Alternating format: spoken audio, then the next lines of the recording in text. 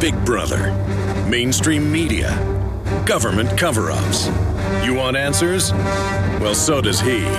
He's Alex Jones on the GCN Radio Network. And now, live from Austin, Texas, Alex Jones. Ladies and gentlemen, get ready, because this is going to be a power-packed transmission. The first Friday transmission of 2013. It is the 4th day of January 2013, and we're going to be live here for the next 3 hours, Lord willing.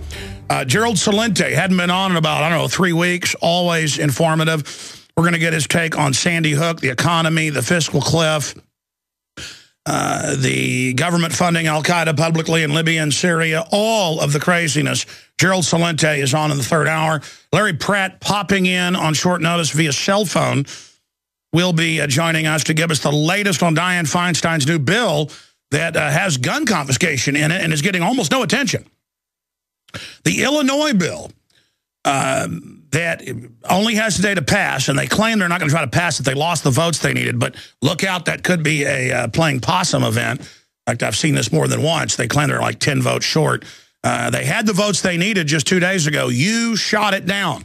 I've got to give Infowars.com radio listeners credit. I got to give DrudgeReport.com credit. I got to give the NRA credit and Gun Owners of America and just all of you. We did a great job. They had the votes, and they now are freaking out that they couldn't ban them. I mean, it banned everything but bolt-action rifles. Pump shotguns, pump rifles, semi-autos, revolvers. They have the FOID cards in Illinois, so you're registered. Would have made you turn them in. That's why we don't want registration in the other states, because they always use them to try to confiscate, and everywhere else in the world are successful. That's why the new bill that Feinstein's introduced has shut down the gun shows, shut down being able to give your grandson a firearm, shut down being able to buy your dad a firearm. We all buy each other firearms, don't we? At least I know my dad's probably bought me 4 or 5 firearms in my life or more. I've bought him 4 or 5 firearms. The point is that give each other knives, bows, hunting jackets. I mean, it's what men do. Well, not anymore, according to these people. It just absolutely registers all other gun owners. You have to take guns you've already legally bought and go in like you're a criminal and be fingerprinted. That has been introduced.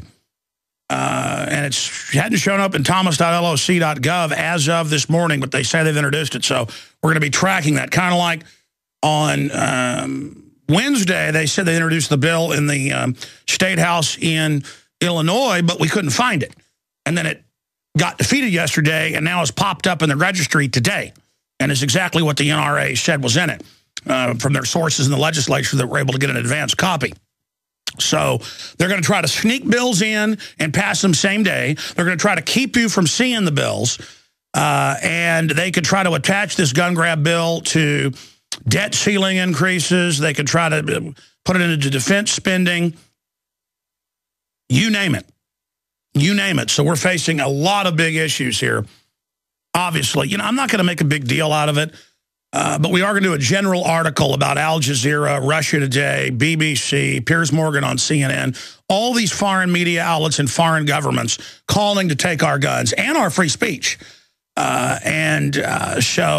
I mean, RT really, I saw a video today they did yesterday, really trying to defame me. And it was just so pathetic that I don't even know if I'll respond to it. I mean, they know we have a bigger audience domestically than they do, so it's an attempt at that. But RT, the last 8 months, has really taken a turn towards authoritarianism and is, shameful. But, I mean, I go on any media outlet. It's like they've still, Piers Morgan's producers trying to get me to fly to New York. I told them no. No, I was flown to New York once to be on a television show, and it was canceled. That's why I don't do that. I said, I'll do satellite. And they said, okay, we'll do satellite. And I'd like to be in studio with him. I just don't have the time or the energy, and I'm not going there to be chumped. I've been in the car more than 10 times driving to a satellite uplink when CNN has canceled it when I'm in the car, almost like it's a joke to like mess with me and waste my time. And they send a car to make sure you're going to be there. So you're driving in the car, got some guy chauffeuring you. It's just all ridiculous. But the point is, I'm going to go on CNN. Doesn't mean I agree with CNN. People say, why do you go on RT? Well, I mean, I go anywhere to get the truth out. It's my message that counts. We'll be right back. Gentlemen, it is Friday, the 4th day of January 2013. I am your host, Alex Jones, the head of Gun Owners of America, with the latest attacks as we track the defense of the Republic against the globalists. Larry Pratt will be popping in at the bottom of the hour. Gerald Celente in the third hour today. We will have open phones as well. Okay, where to begin? There is massive harassment going on. You've seen it in the media saying all gun owners helped kill children. So you are child killers. You're also Klan members, and you're also racist, and you're also hateful. And Michael Moore, MSNBC, literally, you've seen it, dozens of places say white people are bad and guns are bad. So there's not, the only thing worse than white people is guns. And we had people calling in yesterday, one lady who said she was Hispanic, and she said the problem is white people. So the media, with their dumbed-down Obama heads, is really having an effect. And you're like, that doesn't make any sense, saying white people are bad and they own guns, and let's get the white people and get their guns. With folks that have been indoctrinated into race-based tyranny, libtard tyranny, as they call it, for them, you really are, guns are racist. Because you can't take responsibility for the gangbanger culture, people killing each other. It's got to be a white person's fault. And again, folks, we try to bring people together under liberty and under the Constitution, under family, under God, under private property. All the things that make you healthy, wealthy, and wise. But the system really is pulling out all the stops to demonize gun owners. Here's a headline out of NBC, and they report this like it's a good thing. Lawmakers propose publicizing gun owners' names. And you already saw the newspaper in New York, the Journal News, publish where they live and the guns they have by getting the records from the state where they make you register. Now, they know that causes people to be robbed. In fact, newspapers have done this for decades. They always get sued over it and stuff, but they hate gun owners so much that they terrorize you and say John Smith or Tom Hernandez or Carol Scott. I mean, these are random names I'm throwing out. They live at this address, and they've got 9 permits for guns. And thieves go and rob them. Now, there haven't even been threats, but because of complaints by thousands of gun owners and threats of lawsuits, the newspaper has hired armed guards after publishing gun owners' address. And, of course, that came out days ago. What's amazing now is in Connecticut and other states, the lawmakers are saying, let's give newspapers cover since they can't terrorize. I mean, Hitler did this. He would publish by law under regulations. By 35, they started doing this. He got in 33, where Jews lived and the businesses they had. So, armed thugs, brown shirts, quasi-government like TSA could come and knock out your windows and burn down your business. And, there's famous Nazi film reels of that for folks that deny it went on. They were very proud of it. And they'd come and paint the star on your business or throw furniture through the windows. And then, a year later, they said, for your safety, because everybody's beating you up and you can't pay your property tax, we want you to, Germany had property tax before we did as a feudal state. Going back to feudalism, German slaves white slaves were not released until the 1860s. But the media never tells you about that because then it can't be a black-white thing over slavery. Germans were actual slaves in many areas, but it wasn't even called Germany. It was Germania in general Austrian-Hungarian Empire, and it had 77 sub-counties, 14 major districts, but you can go look all that up for yourself. In fact, people won't believe it. When you type year, the German serfs were free, the German slaves were freed, and it was from the 1840s through the 70s. I just said the 1860 because that was the main. And that was another reason over here people were saying, we got to free slaves here too. In Poland, they're freeing the slaves. In Germany, they're freeing the slaves. But I'm digressing, ladies and gentlemen. They can't terrorize gun owners properly, and so now they want to make it the law that you've got guns so people can rob you and so you can be hated like you're a sex offender. It's like publishing. In fact, they've said that. They've said, we want to publish your names like you're sex offenders. And there's a special report that Melissa Melton and Jakari Jackson are going to be putting out on the nightly news tonight for InfoWars Nightly News, 7 o'clock Central. about a 15-minute report into all the mainstream news. Last week it was The Economist. Yesterday it was Vanity Fair, Huffington Post. Literally scores of major publications, the same talking point: repeal the Second Amendment. And so we're going to be going over that. Now, before they said the Second Amendment doesn't mean you have a right to own guns. Now they just say, you know what? You're right. We lied about that. You do have a right. We're going to repeal it.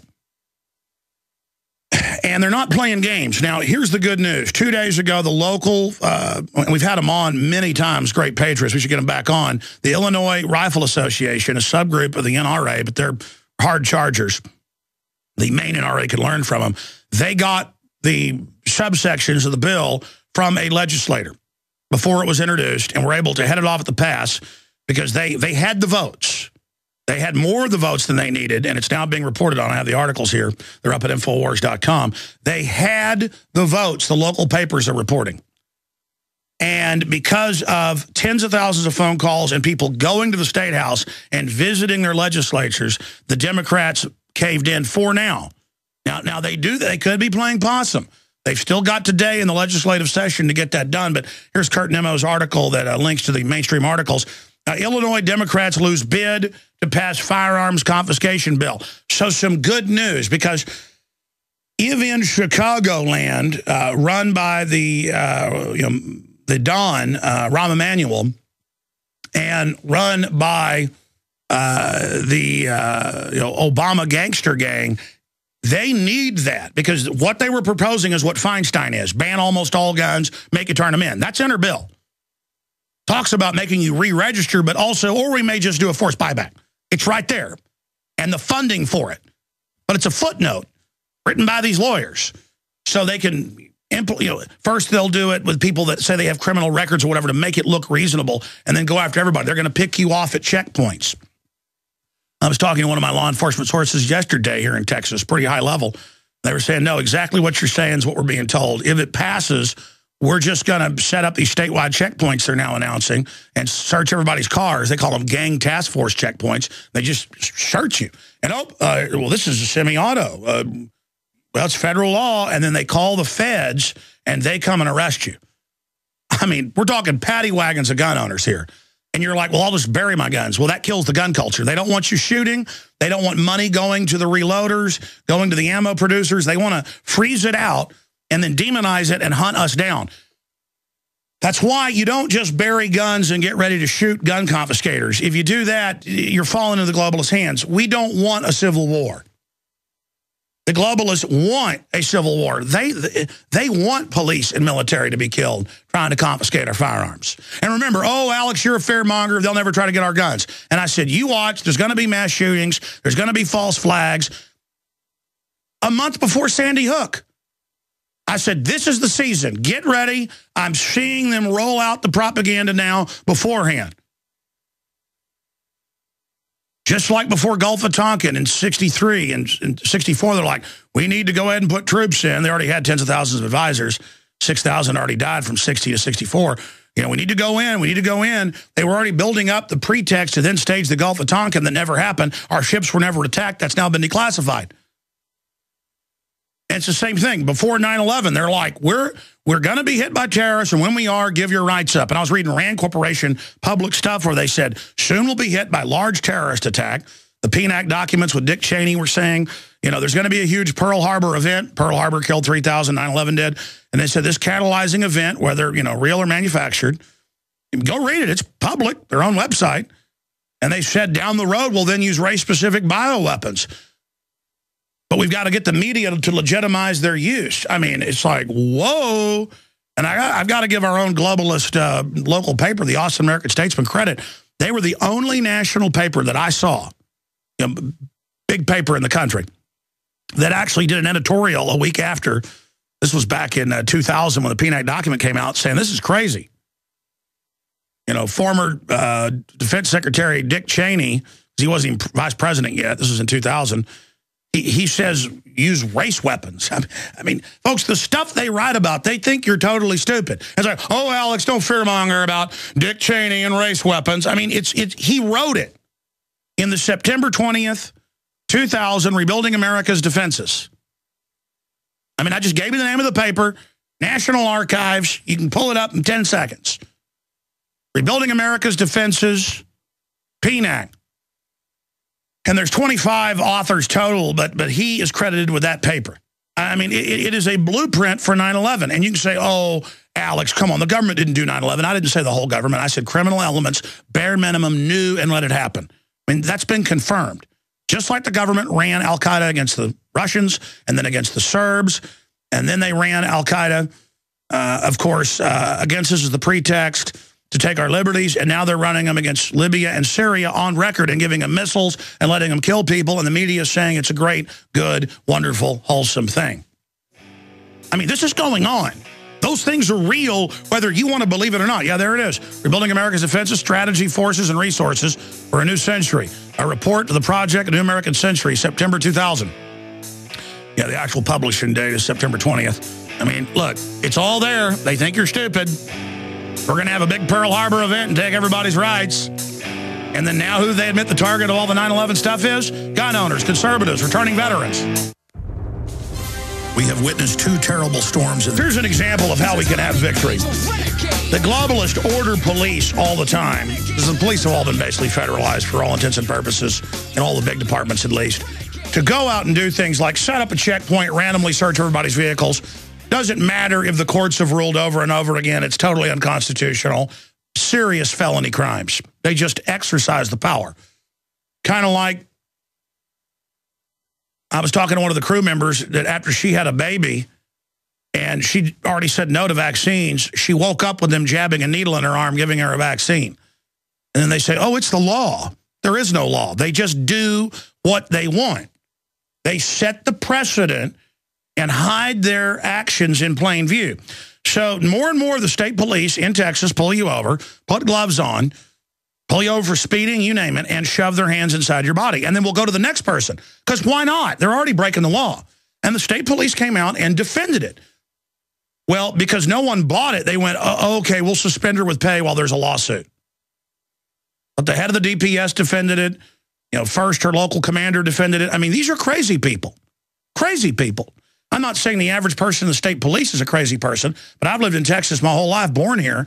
State police were all like, you know, really nice when I was a kid, a teenager, even the last, 15 years ago, protesting things. They're different now, bugging their eyes out at you, coming over and saying, you can't film on the grounds of the Capitol, just making it up and going, okay, go ahead and arrest me. And then they go, I'm getting my commander. And then, and then a nice one walks over and goes, well, yeah, they're allowed to film. What's going on? We have that on tape with Aaron Dykes. They're hiring goons. And they're going to phase out the good guys and the good women, and it's just, and they're going to come and stick their hands in our bodies. I mean, and if you don't like it, they'll taser you or shoot you. They're crazy people because the globalist wants to dominate. But here's the good news. People got so upset that now the state police are like, well, we'll have to review this then. It's a power grab. And I'm telling you, if you let government just tell you what to do, in every case, they'll start saying, all right, show up on Saturdays to dig ditches. It's part of your compulsory national service. By the way, Rahm Emanuel, as White House Chief of Staff, it's in my film Martial Law. It's in my film Fall of the Republic, excuse me. He says on C-SPAN and on another show, he says, we're going to have compulsory national service. You're going to come out a few months out of the year, and you're going to serve the government. And they've got all the proposals. You're going to dig ditches. But they're going to first collapse society and say, here's your government card with money. Here's your government housing. But you've got to go out and do work now. You've got to go out and pick up trash on the highway. And people are like, well, good, make welfare people work. You don't get it. They wear these red uniforms now, these red jackets through AmeriCorps, FEMA Corps, all these different groups that we cover. You've seen the video where they're marching. And they're doing the dance going, salute Obama. Obama's going to give us free health care. Obama's going to take over. Obama is our commander. And you're like, well, those are people are, a bunch of dumbed-down goons. So what? Doesn't matter, folks. A wall of those people, just like the Soviet Union, will overrun you. And they've got the Boy Scouts training for gun confiscation, all of this. I mean, this is freakazoid level. But see, I'm here pointing out this is all freakazoid. They're like, come on, don't fearmonger. So Texas is announcing statewide checkpoints to see if you're a gang member. They set up a checkpoint on the highway, pull you out of your car, photograph you, search your vehicle without a warrant. I mean, come on. That's not a big deal. First, it was, Alex, you're a fearmonger that checkpoints are coming to search everybody. Then they come with TSA checkpoints as well. They're like, okay, well, you're a fearmonger not liking it. Oh, you're a fearmonger, Alex. Nobody's ever going to come for our guns. Nobody's going to try to physically make you turn them in. Now they've got the bills introduced all over the place. All right, well, you're a fearmonger not wanting to turn them in. You don't need those guns. Hey, here's the New York Times calling for world government to global carbon tax. Well, you're a fearmonger not liking that. I thought I was a fearmonger. It didn't exist. No, you're a fearmonger. It's a good thing. Hey, I don't like foreign media, British, Russian, Chinese, now on U.S. cable systems, saying turn our guns in and get rid of free speech and stuff. They're like, oh, shut up. What's wrong with having foreign media tell you to turn your guns in? That's normal. Even USA Today, and Paul Watson's doing an article on this, came out yesterday and said, what's with Al Jazeera saying turn our guns in? What's with Russian TV saying turn our guns in? I mean, every show now. And then, see, I don't like it. And so the Russian TV comes out and says, Alex Jones just in it for money, and he's a fearmonger. Those are quotes. What, I mean, I don't get my money from Putin, so I'm bad? I get my money from you that buy our good products? See, we're bad for being Americans, and we're like sex offenders. You know, our names get published in the newspaper. And I'm like, hey, this is really dangerous. People are getting robbed and stuff. Shut up, fearmonger. So we're saying you're a Klan member because you own guns. We're going to publish your name in the newspaper. We're going to make you turn your guns in. And we're setting up checkpoints to take them. Ladies and gentlemen, we are back live, coming up in the third hour. Always informative. He hadn't been on this in about 3 weeks. A lot to cover on the economy, Sandy Hook, the police state. Gerald Celente of Trends Research will be joining us. We're going to have open phones in the second hour and a ton of geopolitical and economic news. Joining us for the next 20 minutes or so is Larry Pratt, Executive Director of Gun Owners of America, gunowners.org. And if it wasn't for Larry Pratt and Gun Owners of America and the members, we would have already lost the Second Amendment. And if it wasn't for them, the NRA wouldn't have been kept honest. The NRA is better than they were 10 years ago. But Larry has been forced before to point out they were founded by the federal government after the Civil War and actually supported the '68 Gun Control Act. But keeping our gun lobbies honest, never had to do that with Gun Owners of America, perfect record. Keeping the other groups honest is key. Key to not let Benedict Arnold's sneak in. We've had some big victories in Illinois. They could still sneak it back in today, but it is a big victory. They had the votes 2 days ago, but gun owners physically went there to their offices and called by the tens of thousands, as local Chicago and other newspapers report. Those stories are all up at Infowars.com. But here's some of the news. Connecticut town to burn violent video games. That's a little too much like book burning, but how about you just don't let your kids play them? Lawmaker proposes publicizing gun owners' names. That's trying to terrorize us. That's the kind of stuff Hitler did. Illinois Dems pull measure to ban weapons. Not enough votes. Marine warns Feinstein, I will not be disarmed. I've said publicly, I'm just not turning them in. Not registering. It's my line in the sand. Done. Homeland Security buys another 200,000 hollow point bullets on top of the $1.6 billion they've bought in the last 14 months. And that's now over 12 times any previous one-year purchase.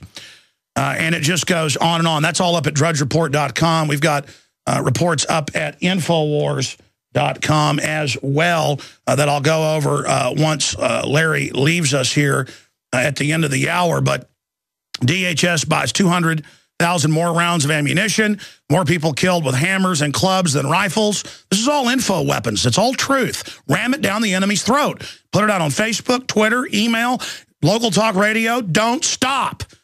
We can use their attack to actually have a counteroffensive and may actually rout the gun grabbers to a great extent and shut the door on them. Won't be the first time in history a major offensive turns into a rout against an enemy. Democide, how many people will government kill this year? Has an incredible video we produced giving the history of government killing, 290+ million. I kept saying 260 million in the 20th century. Crass Obama photo op exploits Sandy Hook massacre, proven that it's staged photos dealing with the dead kids. Just incredibly evil, along with his fake crying. Government democide and disarmament, the greatest threats to... just a bunch of key videos, articles up at Infowars.com and PrisonPlanet.com. But Larry Pratt joins us here today to talk about a host of issues. First off, I want to get into Dianne Feinstein and her bill, where she actually says forced buyback or forced registration. What's happening there? How much trouble we're in? But then Chicago and Illinois being their model, going for almost a total ban there. How big a deal is it that we've shot that down for now? Larry Pratt, Executive Director, Gun Owners of America. It's good to be with you. Good to be with you, sir.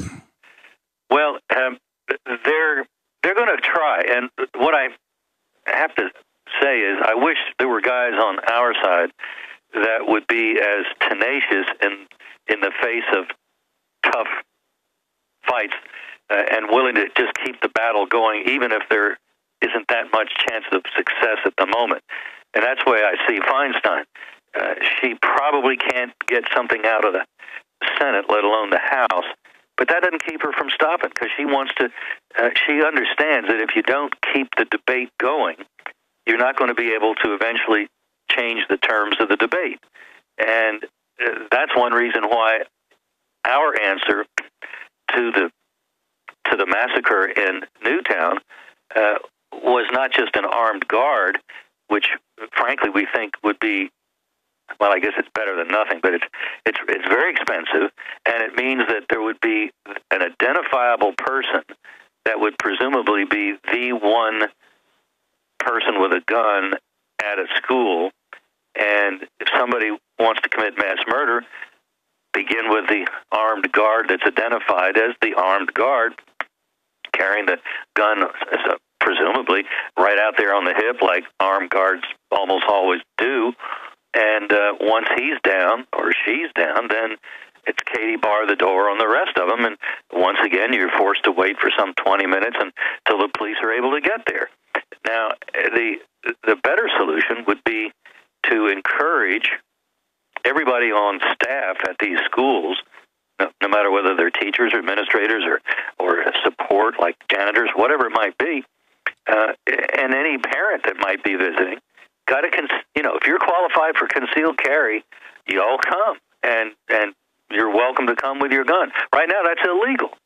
That is so stuck on stupid. Because a mass shooter is going to break the law. They're ready to kill kids. All Exactly. you do is keep the law-abiding citizens out. Well, what about Herald ISD that in 2007 used the state law to arm more than 10 teachers? That way somebody's always there, multiple people, and on the 1 in a billion chance a teacher went crazy, there'd be other teachers. A crazy teacher could already sneak a gun in. It's kind of like not arming the pilots. You trust them with a 100-ton weapon that's thousands of times more deadly than a gun, but you don't trust them with a gun when these are about the most proficient people with machinery and equipment and tools out there. And in a situation where you've got a mass murder underway, to complain that the teacher may not be professionally trained, excuse me, even when the shooter was all these mass shootings are done at very close range. And so self-defense is not something that requires Annie Oakley. It simply requires that a good guy has a gun. Well, I mean, the so-called left always implies that women can't shoot, which is incredibly sexist. In shooting competition, women are as good or now statistically in the Olympics better than men. Hey, listen, I hate to admit it, but they pay attention better than most of us men, and they learn better. It's not something that we can disregard. And the fact is, look at what that one brave woman did. I guess she was the teacher, Victoria Soto. She had the presence of mind to hide away the kids, and then she was out running where she became a target. Why not have her have a gun, for goodness sake? Oh, imagine what she would have done. She's got the presence of mind to use it. Well, here's the issue. They know that the gun culture was the bedrock of the Republic, along with the First Amendment, free speech, and that it was growing and becoming very popular, so they're striking back now. But expanding on that, they know when there's another mass shooting, and the way they're advertising it, there'll undoubtedly, unfortunately, be some copycats. So we're in a race to get the teachers armed now, but they know when there's the next shooting that if they can just get them registered now, like she wants, then she'll be able to physically get them, like her and Cuomo are trying and like they've tried in Illinois. What's your breakdown on that, Larry? Well, that's why I think it's really important that our side not be simply playing defense. I mean, there are times when that's all you can't do anything. But even now, we can be talking about the 20 years of insanity that have led to the same result, and we keep expecting a different result every time. We create a gun-free zone, and how could that person go in and shoot all those people? Well, hello, we put up a sign that said free firing zone here. Come on over. I mean, they're like magnets for the scum. These people are evil. They're not stupid. And yet, by contrast, look what happened. And maybe some of, although your listeners are better informed than almost anybody, but still, there wasn't very much attention given to what happened at the Clackamas Mall outside of Portland 3 days before Newtown. There, a guy had brought a gun into the mall, which was posted no guns, which they can do under state law even if you had a concealed carry. And he killed 2 people, wounded another. Hearing that, a good guy with a gun, I'll presume that he didn't see the posting of no guns, ran to the sound of the shots, which in itself is quite remarkable.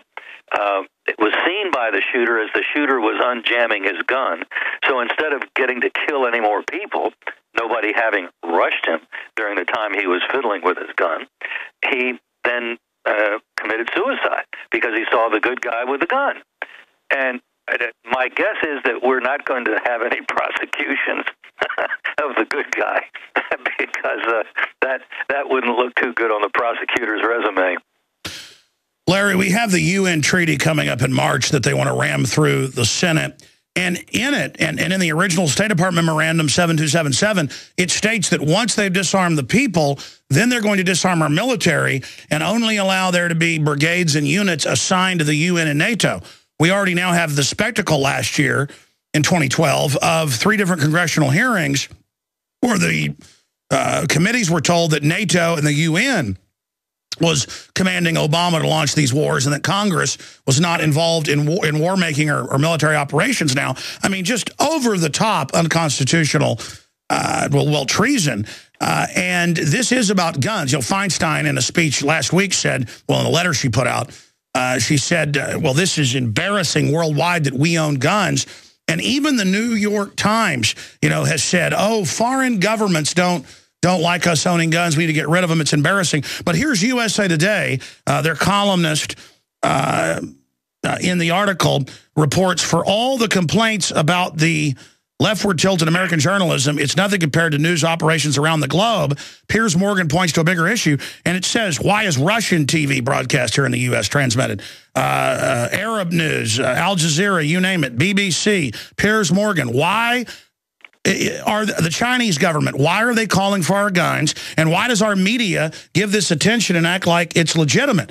I mean, I'm now being criticized by Russian TV because I'm pro-gun. I mean, no one would ever put up with this, but this really is this globalization. And I think that if we get the word out to gun owners through GOA and others, and I'm putting an article out with Watson today pointing out that foreign governments and media are telling Americans what to do, I think this could really backfire on them if we push this information because it's just outrageous. Your take on that? It's very outrageous. Almost immediately after Newtown, the Chinese perhaps were the first ones in the chorus to start singing this anti-American, anti-Second Amendment song, calling for, there's too many guns in the United States, blah, blah.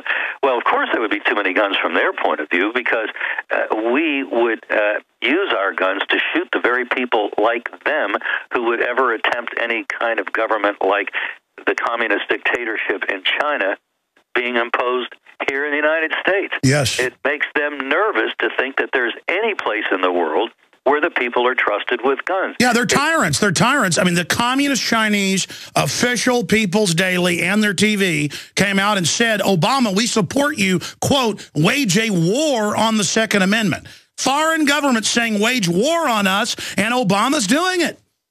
Yeah, not that he really needed any encouragement, but I guess they can't resist it. They are so offended. I mean, there are lots of things that I'm offended about: communist China, Technocracy, Russia, on down the list. Suicide nets, forced abortions, yeah. Yeah, but I don't expect my government to be making a big deal about it unless, well, maybe if we stopped trading with them and started treating them the way they should be, we could be the kind of thing to talk about, so we'd have in mind what kind of people they are. But I don't tell the Chinese what kind of food to eat, and I don't expect them to tell me anything about freedom, because they obviously don't understand or care to know anything about freedom. It's certainly not their government that was issuing this offensive. Well, that's a good point. Just 20 years ago, our government would criticize China for its criminal activity. Now they won't do it because our government is adopting their policies. Exactly. Well, Larry, I mean, even USA Today, Piers Morgan points to a bigger issue. They point out that it is our own media piling up with foreign governments and foreigners who are flooding the social media, lobbying to take our guns. This is really... it'd be sedition if they were citizens. This is subversion, but we're so accustomed to it, we don't even call it that. I call it subversion to have Russian and Chinese media published in this country saying, take my rights. That is outrageous. And I guess the silence that is kind of deafening is the silence of our government not telling the Chinese that we really don't need their comments about a free society, since they obviously don't understand freedom. That's about as polite. No, our media says we've got to do it because they say so. It's incredible. Dianne Feinstein says that. What do you expect them to try to do, not just with her bill, but others? What's the time frame? Obama said yesterday his priority is open borders and gutting the Second Amendment. What's your battle plan? Well, there's a bunch of anti-Second Amendment bills in. I don't expect them to be successfully pursued either in the Senate or the House. What we have seen is that yesterday and now today, two bills pretty much the same have been filed to do away with gun-free school zones. And I think that's terrific. Congressman Stockman was the first one in, and he has taken the offensive. He's not talking about, oh, you shouldn't be taking our semi-automatics. Well, yeah, of course they shouldn't. We know that. But what we should be doing is working to get rid of the invitation that's posted around every school for mass murder. No guns beyond this point. This is a gun-free zone. Hey, sure it is. That's just insanity, and that's defined as repeating the same thing and expecting a different result each time. And if they want to believe something like that, that's fine. But as for the rest of us, we've got to say, no, we're not playing by those rules. I agree. We've got to get on the offense and point out that it's the government and the liberals, the tyrants, because they're not really liberals, creating the gun-free zones and advertising it, that is absolutely responsible for this. And then they want to blame us gun owners after they created the zone that was the shooting fish in the barrel zone. For those that don't know, more than 10 bills have now been introduced in Congress. How many do you expect to be introduced before this session is up? Oh, it'll be a lot. But I think there's going to be some even more coming from the good guys. And those have a chance, because even as Senator Coburn put a measure on a spending bill, it was a credit card bill, actually, horrible bill, but he knew it was going to pass because the president really wanted it.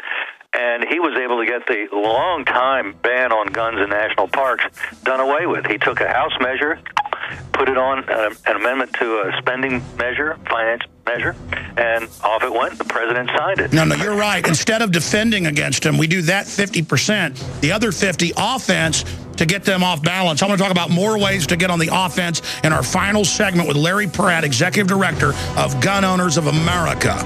Get over there and join it today and get their free alerts. Hi, my name is Annette, and due to menopause... We're back live, ladies and gentlemen. I'm Alex Jones, your host. Don't forget, we are not funded by the Russian government like RT is, calling for the end of the Second Amendment. We're not funded by the blood of the Chinese people like their Politburo has with their media outlets calling for the end of our Second Amendment. We're funded by you. So support our sponsors at Infowars.com, PrisonPlanet.com, get PrisonPlanet.tv.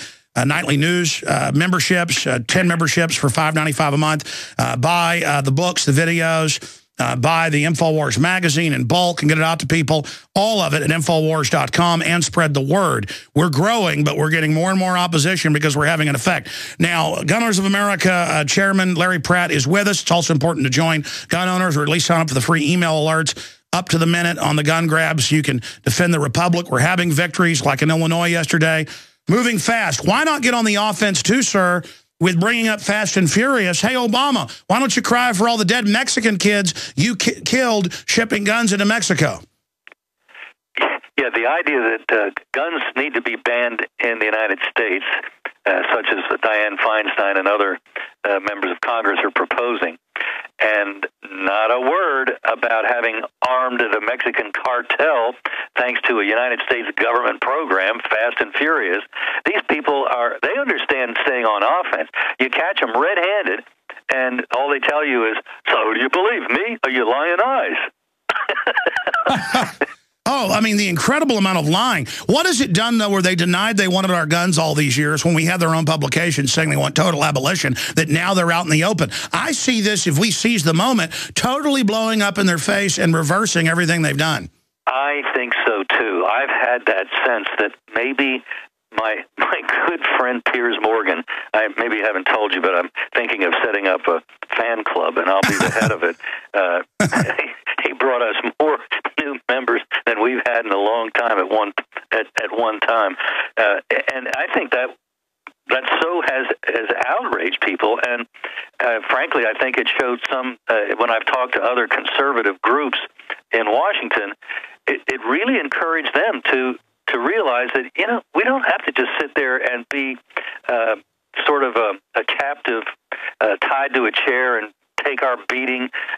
Exactly. These fake liberals aren't liberals. They're authoritarians. Call them authoritarians. And don't let them sit in the position of authority, in fake moral authority, and always put us on the defense and tell us we're child killers when they're the child killers. I mean, if we're child killers, they're 10 times the child killer.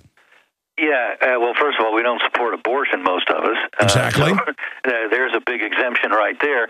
And a lot of children get killed in the genocides of dictatorial governments all around the world. And the pattern was very clear. The guns and other weapons were collected first before the real killing got started. We've got an article up at Infowars.com that has a special video we did, Larry, exposing democide, governments killing 290+ million people in the last century after gun control. And it's got all the proof and all the facts. Very important to get that out to people. In closing, in the 1 minute we have left, anything else you want to warn people about? During the break you said executive orders. He may still do that, though. That is a real problem. He could simply say, you can't buy a handgun over a certain caliber and on up, and you can't buy a long gun if it takes a detachable magazine. That would be illegal. It would be unconstitutional. But that doesn't seem to be a problem for this president. And we'd eventually beat him in court, but the dealers would have no choice but to comply, because if he pulls their license, they're out of business that second. And that's right. That's quite a barrel to have us over. I just thought of something. We need a gun owners, a gun shop union, so that they can stand up to the ATF, because you know how brutal they are to nice mom and pops, you name it. I mean, they really are gangsters, because I've experienced them repeatedly. And people, I've never been around feds that act like people out of Goodfellas. I mean, tell you, the ATF's a joke. Larry Pratt, thank you so much. Gun Owners of America. Thank you. Thank you, sir. We'll talk to you again soon. Have a great weekend. You too, my friend. Next hour coming up. Aaron Dykes here on January 1st, 2013. Now, Alex Jones talked on the show today about how the system views us as human resources. And this is happening more and more under the eugenics model, more and more here in the United States as we adopt Obamacare, as we move towards a planned economy where there's limited economic options and less freedom all the time. Now, I just wanted to point out they really do consider us human resources. I'm going to play you a clip from a 1974 family planning clip called Communicate, Speak, They Are Listening. Family planning is, of course, code for eugenics. It's the softer side of Sears, the softer side of eugenics. Let's go to that clip right now. In Kenya, the Minister of Finance and Development offers valuable support. Well, my views, which really are government views, is that family planning is an integral part of development planning. It is an essential part for the reason that you cannot hope to plan other forms of production if you cannot plan the production of the main resource, the human beings. We view it as an aspect of human freedom. Incredibly, you see this finance and development minister claim that it's the state's role to decide how many people reproduce, who and when, because they are human resources, part of the overall planned economy system, which time and again leads to limited freedom and basically totally slavery. But on top of that, you see this incredible 1984 Orwellian backwards doublespeak where freedom is slavery. Somehow when the state tells you if you can breed or not, that's freedom from the natural restrictions on breeding that otherwise occur.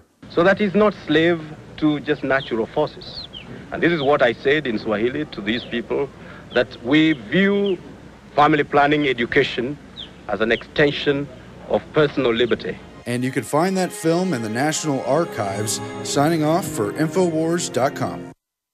And there is just one of the little nightly news vignettes that are turned out every night. Infowars Nightly News some days is like 3 hours long. Usually it's about an hour and a half. Soon it will go to an hour with a few commercial breaks so that it can be put out on cable and television systems. It already is. We're already very thankful to cable systems overseas and domestically that pick it up, edit down the high-def file the next day and air it on cable systems.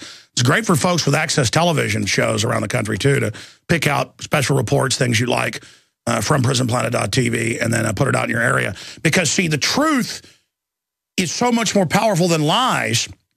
A thimble of truth trumps a bucket of lies. And the globalists are discredited now. They're in trouble. They've got a bunch of brain-numbed, tranced-out, drugged-out zombies that follow them and that giggle at you when you... I mean, they're victims. I mean, if you pull up and there's a homeless person who's obviously schizophrenic, been on drugs their whole life, bombed out of their brain, and they're going, you're the devil, or, you know, talking to themselves, you don't get mad. Now, if your neighbor who you've been friends with for 20 years came over and said, you're scum, you're the devil, you might get offended because that's someone who is, you've thought cognitively together, or you'd be worried about them. But it doesn't hurt my ego at all when a victim laughs at me. Or when these even establishment media people following the same old laundry list scripts try to attack us with buzzwords and stuff. Because we have the thinkers, they have the stinkers. We have the people that understand history and are rugged and love liberty, and they've got a bunch of losers. So I, for one, know that liberty is on the march. You see, things are so dark. I saw some emails going, Alex says, we're on the march, the empire's on the run. You know, the empire's on the march. Yeah, but if we take the fight to them, we can use their offensive as a way to defeat them. Ladies and gentlemen, we are back live, and liberty lovers are back on the offense. We have smashed the most draconian gun control legislation ever seen in the Midwest or even in the West itself. Only New York City has trumped the almost total gun ban that the entire state of Illinois was trying to ram through. They were trying to take the Chicago-style gun ban and take it right through the entire state of Illinois. And, you know, Illinois, I've been up there many times, have family that lives up there, works in Chicago. There is no way that the farmers and ranchers and hardworking people that live in the rural areas are turning their guns in. And decades ago, they warned people in Illinois. And the people in Illinois, warned the legislators. They said, if you ever register our guns, which they've done through the FOID card, you are simply going to allow the government to come confiscate legally owned guns. Because it's been done all over the world and in the U.S. and in Canada. And we've got Vanity Fair, we've got London Guardian, we've got Huffington Post, we've got them all calling for the repeal of the Second Amendment. Here's a Vanity Fair headline. Let's repeal the Second Amendment. Same thing out of London Guardian. Here's Huffington Post. Repealing the Second Amendment would make us better than this. And again, that's George Soros connected Huffington Post. I sit here and talk about Chinese media that's on some cable systems here in the U.S., government-controlled. And I talk about it being foreign agents, clearly illegal, when they're engaged in our domestic operations. They wouldn't put up with it. No government does that. No people put up with that.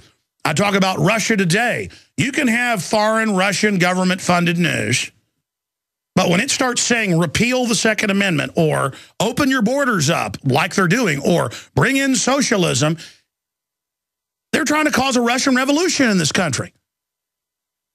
And I'm too busy to monitor it, but because I was hearing from listeners it was happening, so I started spot checking it. And man, they're tearing me down. They're tearing America down. They're tearing constitutionalists down. They're tearing Ron Paul down now. I mean, it is bad what's on Russia Today. Bad. I mean, it's worse than CNN or MSNBC now.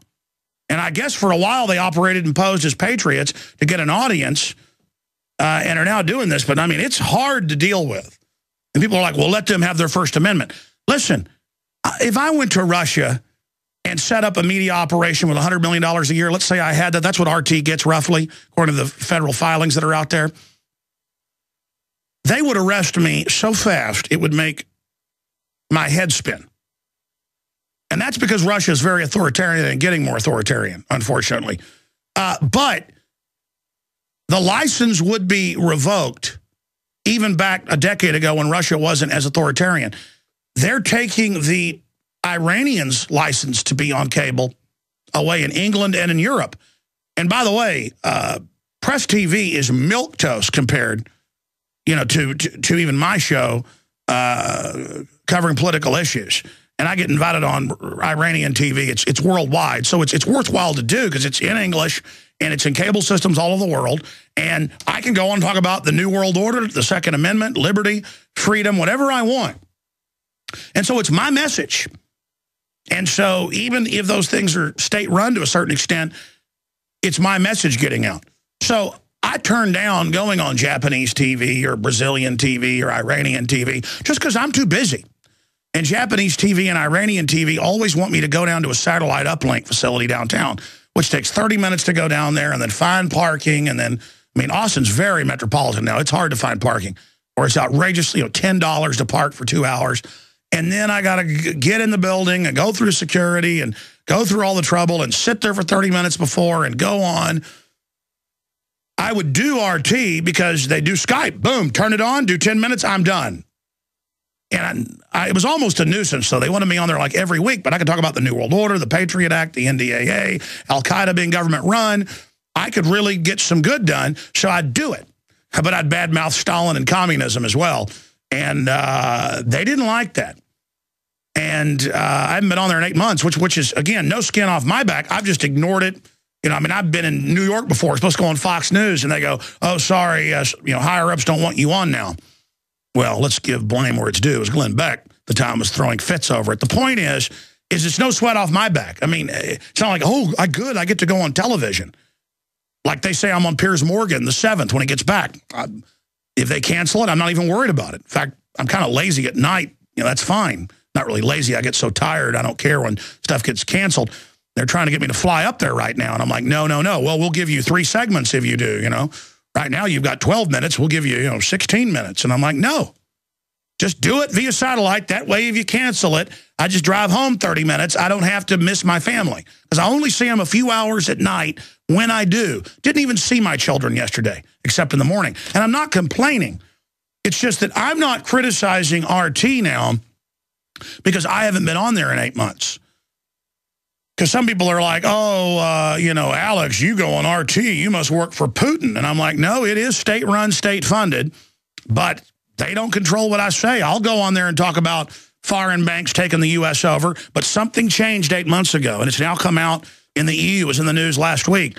Herman van Rompuy, one of the heads of the EU, the head of the Commission, has been in meetings with Putin and others, and they're going to merge the European Union as a new Soviet, and even the president of the Czech Republic has said this, but it's now official, with the old USSR. And they're putting the hammers and sickles back on the tanks. I mean, you know, the old timers were right. Russia played possum. And so there were different policies just a year ago.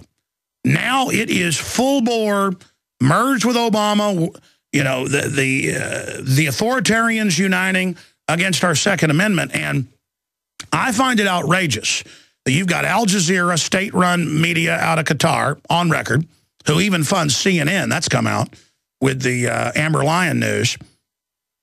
You've got other state-run media funded directly by the Kremlin, on record, $100 million a year on average, dollars, RT America. You've got BBC, you've got Piers Morgan over on CNN. In fact, USA Today lists a whole bunch of others here and points out why are foreign governments and state-run media calling for us to turn our guns in. Now, granted, USA Today will have like 15 anti-gun editorials for every editorial like this, but this is a good editorial by Dan Gaynor of the Boone Pickens Media Fellow and Vice President of Business and Culture. I mean, he's saying, man, this is over the top. And it really is over the top. I mean, the Japanese would not put up with an American, much less government-run. Imagine if I showed up with $100 million US a year and set up a TV station in Russia or in Japan or in Saudi Arabia or in Brazil or Mexico, anywhere, and started telling them what to do and bad-mouthing George Washington. Ladies and gentlemen, you wouldn't have to have the government throw them out. The people would go and physically throw you out. Guaranteed. Bilderberg met 2 years ago in Switzerland, a year and a half ago, and people showed up with torches to throw them out, and a member of the EU Parliament went in and got beat up by police, and then the police got orders to stand down, so the Bilderberg group panicked and flew out on helicopters when presidents of 3 cantons showed up. And the cantons are the states, but they actually run the federal government there. So the equivalent of super senators showed up and said, you are to stand down. And helicopters, dozens of them landed, and the top Bilderbergs fled. And that actually came out again in the news yesterday that indeed they are freaked out and may not even meet in Europe again next year, certainly never again Switzerland. Because the government of Switzerland started turning against them and going, yeah, what are a bunch of foreigners here trying to get rid of our sovereignty? They were meeting.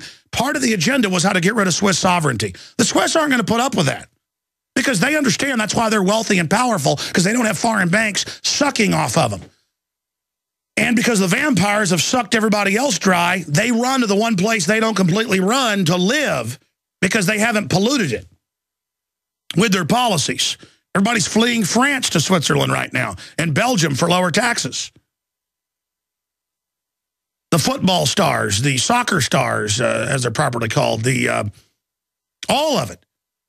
And so my issue is, here's the talking points, because it's the facts. I go with the truth. We've got the truth. We can destroy these people or at least make them back off. Okay? It's time to let RT and all of them know. And I did this a few weeks ago, so they're really attacking me now, which is great. I mean, you're such fools. America is totally lining up behind me right now.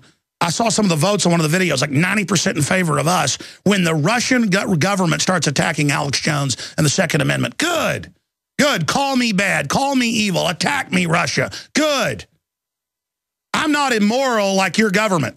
When the globalists tried to start a war with you in 2008, I was against it because it was wrong morally. And I know America's run by foreign banks. I want my government back. I want my country back.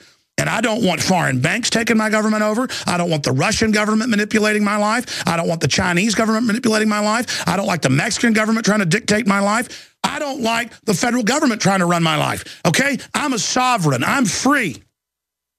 You got that? I stand with the truth. I stand with what I really believe is morally right. I don't sit there and try to manipulate my audience and use buzzwords on them over and over again like Alex Jones the fearmonger, Alex Jones the fearmonger, Alex Jones the fearmonger like 10 times in one report. You think that works? Everybody sees right through you, okay? You're not going to get our guns, Russians. You understand that, Vladimir Putin? You're not going to destroy America. You understand that? You're going to find out who's who right now. You're going to see people who claim they were patriots, anti-New World Order, come out of the woodwork against InfoWars, against yours truly, Alex Jones. You're going to see foreign media come out against us, as they're doing all over foreign newspapers across Europe, across England, China, you name it. They are attacking yours truly because they know that we are able to take basic facts and hypocrisies and get them out to the public, and they see the articles we put out going viral worldwide and hurting them. The enemy has identified us as a key point. And you're going to find out who's who now as Europe lines up with Russia and Obama to set up a world government. The globalists are bringing their system in right now. And the different alignments are being made in the power structure. I ought to get Joel Skousen on. He is really smart when it comes to breaking all this down, and I concur with a lot of his analysis, but I'm really seeing, I want to get what he thinks. Give him a call. I know Celente's coming up. See if he can come on for like 5 minutes today, but like an hour next week, just to give me his take on this Russia really snuggling up to Obama right now. But that's a side issue. The point is that all of this is beginning to unfold. All of this is beginning to accelerate. And if we can beat Dianne Feinstein and her gun ban bill, if we can beat things like what the Illinois legislature thought they had the votes to do, but we defeated, you defeated. We're on like 3 affiliates in Illinois, including Chicago. If we're able to do this together, and if we turn this around against them and then use this as a way to get more guns into schools and more guns into gun-free zones, and then you're going to have more cases of where shooters go in to kill people and get taken out. There should be nowhere criminals and shooters are safe. I mean, you look at the higher gun ownership in areas like Texas and Arizona, they don't have home invasions at anywhere near the numbers of places like England where they've taken all the guns. England has triple the violent crime rate that we have. Look it up. But our media lies and actually creates fake graphs, just like they tell you Israelis don't have guns in school. You know they have guns in school. You can go to Haaretz or Jerusalem Post, type in guns in Israeli schools, see articles going back over decades, see new articles. They lie to you, ladies and gentlemen. They think you're stupid because it's all they've got. We've got the truth. They've got the lies. And you're going to find out who's who. But also, people that have been on the fence for decades are suddenly coming out against the New World Order, are coming out in support of the Second Amendment. You're going to see who the good guys are right now as well. People you thought were just milquetoast are suddenly getting hardcore because they realize that now there's no hope unless we get serious. That's it. We either get hardcore and stop playing games or it's over. And you know what? When we get hardcore, we win. When we get angry, we win. When we get aggressive, we win. When we stand up and fight, we win. Fight against that? No, we will run and we will live. Sure, fight and you may die. Run and you'll live at least a while. But someday, lying in your beds, you'll wish that you had done the right thing now and could come back here and tell our enemies that you can take our lives, but you'll never take our freedom. The globalists have done everything they can to gut our economy, sell us out, globalize us. The UN tells our military what to do. NATO tells us. Foreign governments tell us what to do. Foreign media tells us what to do. Illegal aliens come here. I don't hate them. I hate how they're being used and get a free kidney. Over $200,000 paid for by taxpayers and Loyola together. And then the guy complained and said, it's not enough. I want all my other immigrant friends to have free stuff. You're only being given free stuff as an advertisement. Come to America. You can have your baby for free. Come to America. You can get a free kidney when citizens don't get that. And why is that? To drive down the wages and implode us, just like the globalists use China to implode our wages. Doesn't help the Chinese people. They're worse off than they were. Suicide nets around the factories, forced abortions. Mexico's worse off than it was 20 years ago under NAFTA and GATT. UN down there forcing everybody off their land up to Mexico City to live like slaves. I fight against that. I want the Mexican people to be wealthy and strong and to have freedom because I want them to be free, but also doing the right thing also intellectually is always good for you because then it would be a wonderfully wealthy, good, happy, productive place that would not be a time bomb helping the globalists bring down America. You understand that, folks? You can't have our neighbors to the south living in squalor and not have it implode us. But let me tell you, bringing all those poor people up here is going to implode us. It's going to flood our lifeboat. It's not going to help them. And the globalists know that. That's why they want our guns. They want open borders. They want socialist health care for the state to run our health care. They're control freaks that want to run our lives. 800-259-9231. Wide open phones. 800-259-9231. I'm Alex Jones, defending the Republic. Join me. We're on the march. Ladies and gentlemen, we are back live. And I think the one reason we've been successful here, well, there's a lot of them, God's good grace, research, doggedness, but also the fact that I'm naturally excitable when I'm dealing with tyranny. And we've been able to translate that energy into others to get America moving out of our inertia, to get America understanding we're under attack, and to get people into the mindset of not just taking it, but standing up. And big things have small beginnings. Once we start the ball rolling, it's very hard to get it rolling, but now it's starting to roll. And I was thinking about it. They've had Mexico, the Mexican president, come out the last few years and say ban the Second Amendment and blame crime in Mexico on it when they have a total gun ban down there. And most of the violence is full auto stuff, you know, shipped in by big banks who've been caught flying guns in, drugs out. The major banks, it's all over the news. Hand grenades, rocket launchers. The drug cartels have tanks. They're not buying tanks from, gun shops. Fast and Furious was staged to blame the Second Amendment, and it came out in the memo that they were going to blame the Second Amendment and blame the violence in Mexico for it and try to go after it. Well, even though they got caught, the White House still went forward with that.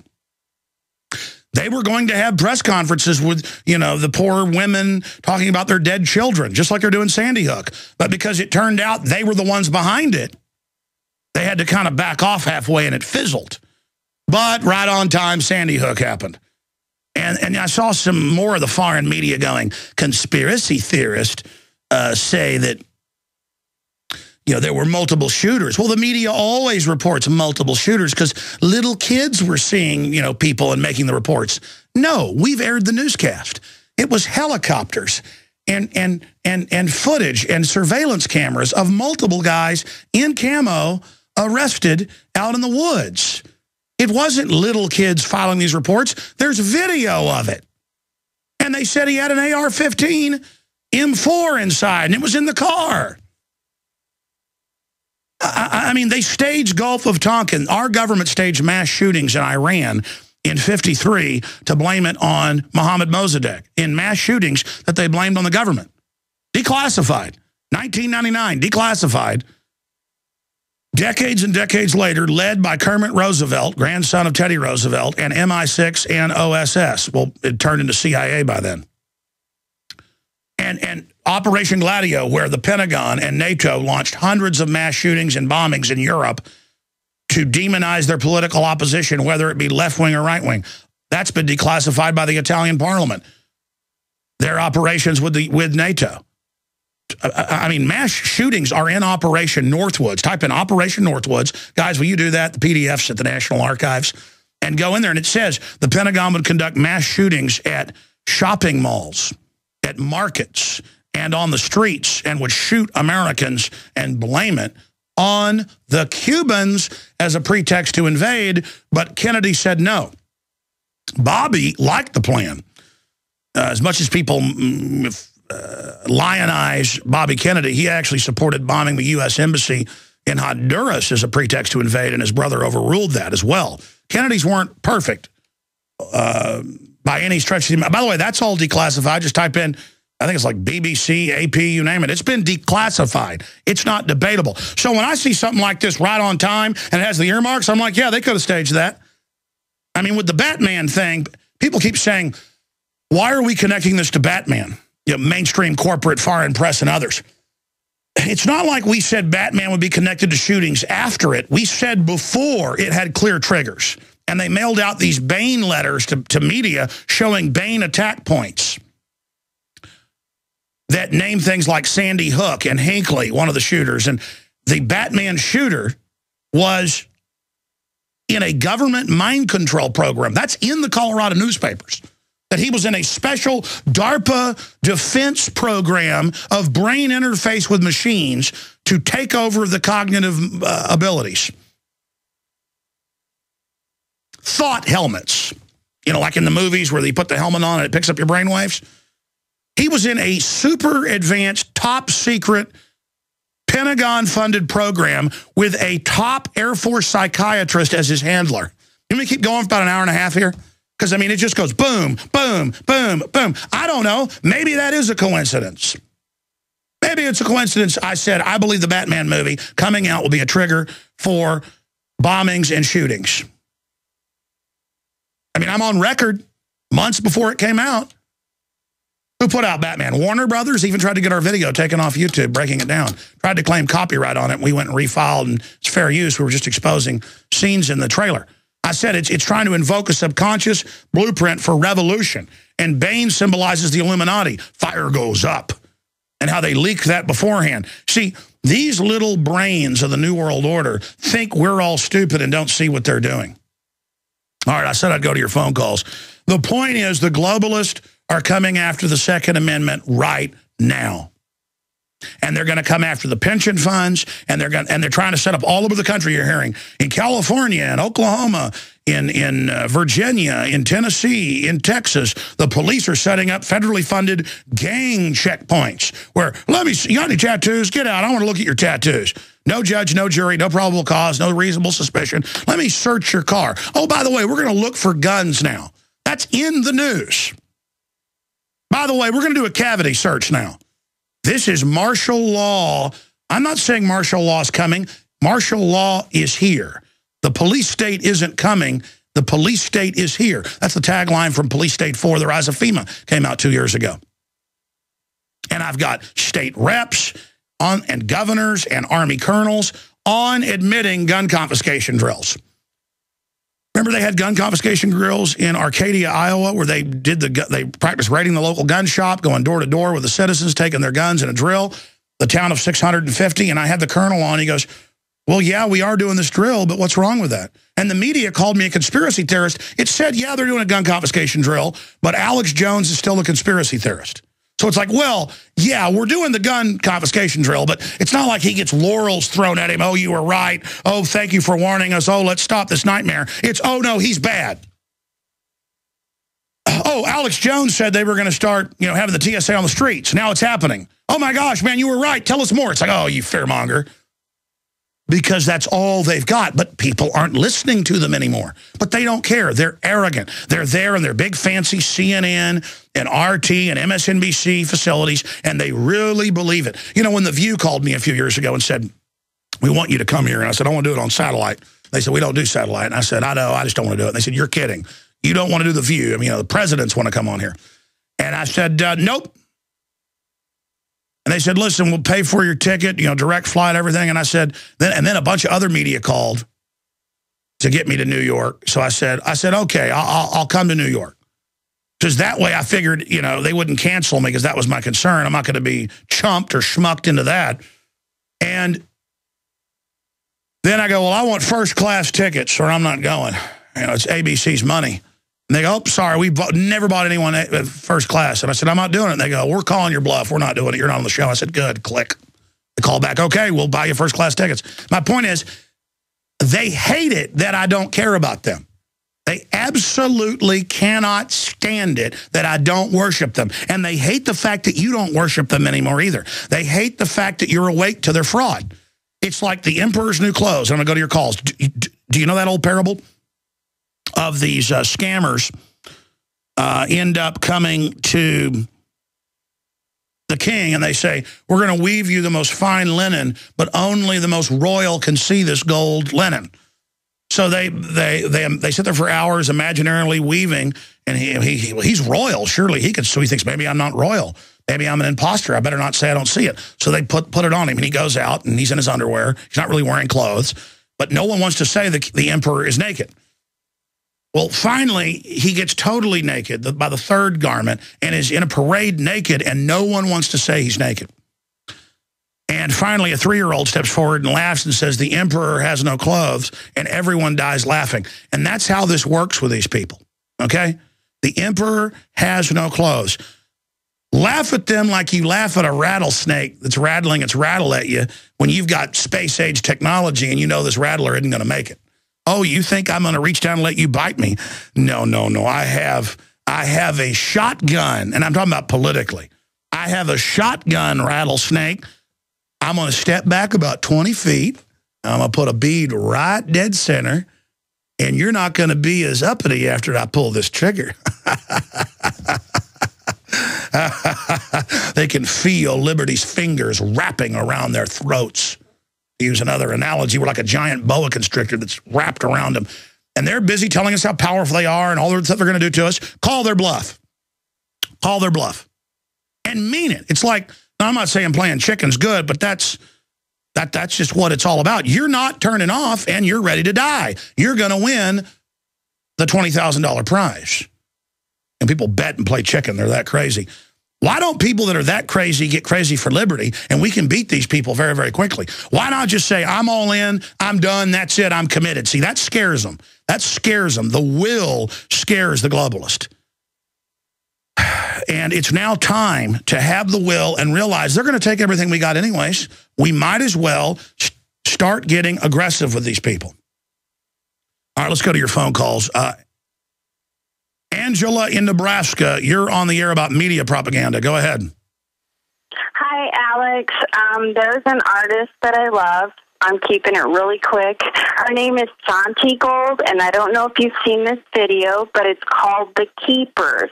And all of the food at the dinner table is poisoned, and they all have cancer wigs on or wigs. And the mother's pumping the wig, and the chicken has breasts on it because it's over-hormoned. And Santi White, the director and artist Santi Gold, is trying to basically expose the fact that we're all being poisoned with their hormones and the oil spills and the radioactive food. And she can't use the word cancer, but I can see through it because my mom died of cancer and wore the cancer wig. Well, what happens is the system intimidates you and says, you can't do this, you can't do that. You know, they tried to sue milk producers that put no GMO in it, but they countersued and won the right to say our milk doesn't have, you know, growth hormone in it. Absolutely. Our girls are going into puberty now at an average age of 10. It used to be 14. Our boys are going into puberty late. I mean, they're killing us. The cancer rates are off the chart. It's funny to them. And they just want to go, oh, come on, conspiracy theorist. No one's poisoning you. That's the new thing.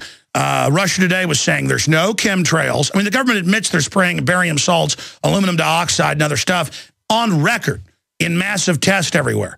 One got stopped a few months ago out in New Mexico because the whistle got blown on Bill and Melinda Gates. We're going to spray a bunch of stuff on a town.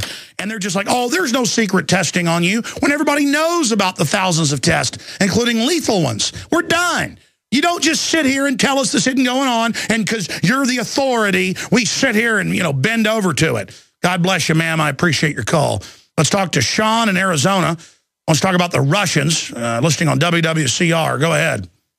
Thank you, Alex. I haven't talked to you in a while. I have a great story from back in 1989 in Jackson Hole. There was a summit there in the third week of September with Russian Foreign Minister Shcherbinazi and James Baker, our Secretary of State. The Russian Secret Service, or equivalent, came into Jackson Hole Valley 3 weeks beforehand. at the end of August. They were there for a month. In that area of Wyoming, hunting season starts in some areas on the 28th of August. The Russian Secret Service equivalent told the people up in Teton County and the state people that were working with our federal and their federal people, the Russians let it be known that they were very unsettled, that they had always been told that the Americans had a lot of guns, but what they were seeing, 1 and 2 loaded rifles in rifle racks in the cabs of pickups continuously all day, wherever they were in the valley. Some of them were even afraid. So, well, yeah, because that very crew of Russians had just killed 67 million people, raped their wives, beat their brains out, worked people to death in work camps. They were used to being in total power and everybody scared of them, and seeing real human beings armed who weren't scared of them totally freaks them out because they're cowards. Authoritarians are cowards. And the Israeli government's been bad-mouthing our guns when we pay for theirs. The Russians, the Chinese, the British government, all of them can go straight back to North Korea. I'm sorry, finish your story. I have one other point here, because I've been studying this thing since the late 70s. You are absolutely right. The kibosh is on for our freedom in everything. I'd like to make a quick point on what happened with the markets yesterday. There was a release of a statement by the feds that panicked the whole markets, and I believe the reason they let it out at this time was because they want, of course, more austerity. Look, I predicted Monday on air. We got to find the clip when the market went up 200 points, and or was it Tuesday because of the fiscal cliff deal? I said that's a fake sugar high. The plunge protection team controls it. They're going to jack it up and then run it right back down because they're the insiders on record. Congress, they say, is allowed to insider trade. Of course, they're not, but they say they are because they're criminals, the ones that are involved. And they all know. So, of course, they run it up and run it down and then run it back up. Go ahead. And the last thing, I sat and watched C-SPAN last night and watched Joe Biden swear in the new senators. And, it's a shame. A lot of those folks have young families, and they'll just be turned every which way but loose and never really know what's going on in the country. It takes effort, like I've studied it for 40 years and you've studied it for 30. It takes effort to research these things, to really understand what is going on. Why do you think the globalists claim they were fighting with the Russians just a year ago, 2 years ago, and now they're all chummy, and the Russians are over here saying, let's get rid of freedom, let's take the guns, anybody that criticizes the government's evil? I mean, why do you think they're doing that? Well, because now is the time. I mean, we're at this point where we're the most vulnerable. We've got an administration that is more sympathetic to globalist causes than we ever had, and the kibosh is on, just like you say every day. You're absolutely right. Well, I want to say 17 years on air and, 2 decades of research, I've never been 1/10 this concerned. And I just hope listeners get that. I mean, this is the time where just because we think we're winning the Second Amendment battle right now, that's because we got on the offensive. I guarantee you they're getting ready for false flags. All the signs are there. And they're going to blame it on us. And we've got to instantly come out and not take the guilt they put on us. Minute one, when they blame us, we got to go, well, hey, you did it then. And they go, how dare you? Well, you're saying we did it. No, we don't believe a thing you say. You did it. And they'll go, well, that's outrageous. Well, you just said we did it. You did it. You did it. You did it. You have the history of staging stuff. You did it. You're the suspect. You're the suspect. You're the suspect, government. You're the foreign bank-run collaborators. Get out of our country. Get out. Get out. Get out. And I've been ranting about foreign governments and media teaming up against the American people. This is a big deal. And the globalists just think that because we're Americans, we have such hospitality. That's what it is. Oh, well, you go ahead, Russians and Chinese communists and corrupt Mexican government. We'll turn our guns in. We're sorry we killed those kids. Yeah, publish our names in the newspaper like we're criminals. Yeah, you know what? We'll prove we're good. That's the mind game. But we take the fact that foreign governments are in our face. If we take that fact and point it out, we can use their outrageous attempted takeover to totally turn this debate around. And it's starting to happen. If you go to Infowars.com, Obama teams up with foreign media and governments to destroy Second Amendment, Paul Watson and Alex Jones. Russian, British, Australian talking heads. Yeah, and the Israelis didn't back us up on the Second Amendment. Their foreign ministry at least. We need to demand a full statement on that to correct that. We need to, and of course it's in there, Al Jazeera is coming out against the Second Amendment. I mean, it's ridiculous. And of course, they don't speak for the Australians. They don't speak for the Israelis. They don't speak for the Russians. We're not against the Chinese or Russian people. It's their corrupt governments. Get your stinking hands off my guns. Okay, you understand that? You understand that? Just like I told our corrupt government when they tried to start a war with Russia, don't do it. That is what this is all about, ladies and gentlemen. Gerald Celente is coming up. I'm going to go to some more of your calls as well. We've got a listener with solutions on KKGM 1630 up in Dallas. Great affiliate up there, covers Dallas-Fort Worth. Everybody needs to spread the word to friends and family about all of our affiliates you're listening on. Also, don't forget, we are listener-supported. We need your prayers more than anything. I mean, you can see it, you can feel it. We're at the tip of the spear. We need your prayers. And we need your financial support, buying books, videos, T-shirts, the magazine, which is at cost, but it gets the word out. All of it, InfoWarsShop.com, high-quality Pro Pure water filters, 10% off with promo code WATER. Just all of the information, strategic relocation, breaking down the globalist threat, that new film we produced, all of it at InfoWarsStore.com or 888-253-3139. Let's go to Ryan in Texas, again, a 1630 AM listener who has some quick solutions. Go ahead. Actually, I don't have solutions. I wanted to talk to you about them. I've been a listener for a while. You have a ton of knowledge. And I know that your main message is really to spread the word. So, you know, taking that knowledge, I started my own t-shirt company. So obviously, just to spread the word. Good. And like you said a few minutes ago, to quote you, I'm committed, right? I wanted to talk about real solutions because I listen to you all the time, and I hear and I gain knowledge all the time. But okay, well, so much of this is a moral issue. They're moral, we're murderers of children. After Sandy, well, we have to go, wait a minute, you're the ones that took the guns out of the school. See, so much of it is about selling tyranny. So we said, call the State House in Illinois, stop the gun ban. We put articles out. Others did. We flooded them, and they knew the villagers were coming with pitchforks, so they backed off. Same thing. We introduced bills to arm the teachers in the school so this stops, then it actually fixes things. So you're saying, what are the solutions? Abolish the private Federal Reserve. Bring the power of the Treasury, of the purse back into the Treasury. Get constitutionalists elected.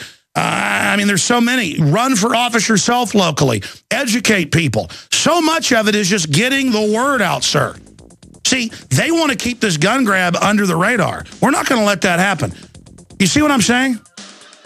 Yes, sir. I just feel helpless. I feel like we never win, and we're always on the defense. So what you're saying about going on the offense, you know, writing letters, suing them and all that, these all sound great. I just don't know how to do them. I've written letters to my congressman. All right, well, listen, you can sue any city you're in that's putting so-called sodium fluoride in the water. Stay there. I'll come back to you, and then I'll go to others. We have a caller asking for solutions and saying he doesn't know how to take action. All over the world and in the U.S., there have been successful lawsuits pointing out that not only sodium fluoride's out of the water, but a bunch of other chemicals. So you do a FOIA request, you get where they're getting the fluoride, you document, you get in, you take photos of it at the water plant with the skull and crossbones for the exhibit. You have to go file this to do this. You put them on notice you're going to sue them because they're hitting you with a dangerous chemical weapon and making you pay for it. And then you just copy the lawsuits that have been successful in other states and counties, and you file a suit on the city.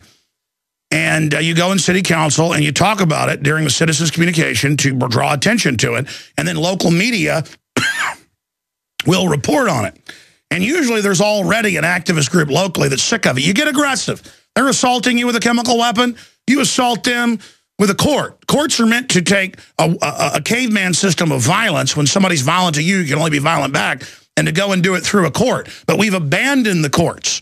So there's a solution. Take our video we put up yesterday, Demand a Real Plan. It's had 64,000 views. It'll probably get about 300,000, 400,000 views at the rate it's going. the next few days, it needs to get 10 million views. But the point is, we just churn videos out pointing out that government's the #1 threat. Government's the danger. Don't turn your guns in. Then politically, people have the will to not turn their guns in. And then we say, look, I came on air and I said, I'm not turning them in. Come and get them. And it's one thing to say that to your buddy at the bar. I said it on the radio to 3 million people. Okay, that's where the real power is saying, you know what?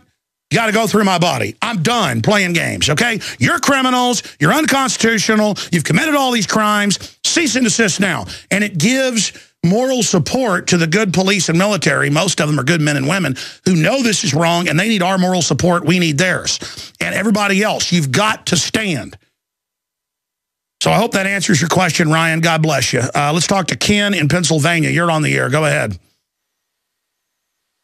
New Year, Alex. Hey, buddy. I ran out of my longevity products a couple weeks ago, running around from the holidays and all that. Didn't reorder in time. And because of my job, I'm up and down on ladders all day. I was getting soreness in my legs and my ankles. Anyway, my new package just came in like a few days ago, and it's gone. I'm back to fighting weight, The products at InfoWarsHealth.com, this isn't a planted call, the guy's just calling in about this. The products we've assembled and put together at InfoWarsHealth.com are the best out there from our research. And the dramatic effects for Aaron Dykes, myself, and others are just amazing. Just the energy level with the Beyond Tangy Tangerine, the Pollen Burst Plus, their special proprietary blend of essential fatty acids, the hundreds of products there at InfoWarsHealth.com are amazing. And I need to do more to promote it because it also funds our operation. And that's what I do. I fund us, not with Putin money like RT. I fund ourselves with stuff I believe in and I use. So anything else you'd like to add about the longevity products? Well, I got introduced through them for listening to your show, and I thought I'd try them and see how they did, and I was amazed. Within a week, it's just what a difference. Well, I tell you, you ought to sell them. If you become a distributor, you can pay $10 and get discounts, and also sign up and get free shipping when you get auto ship at InfoWarsHealth.com.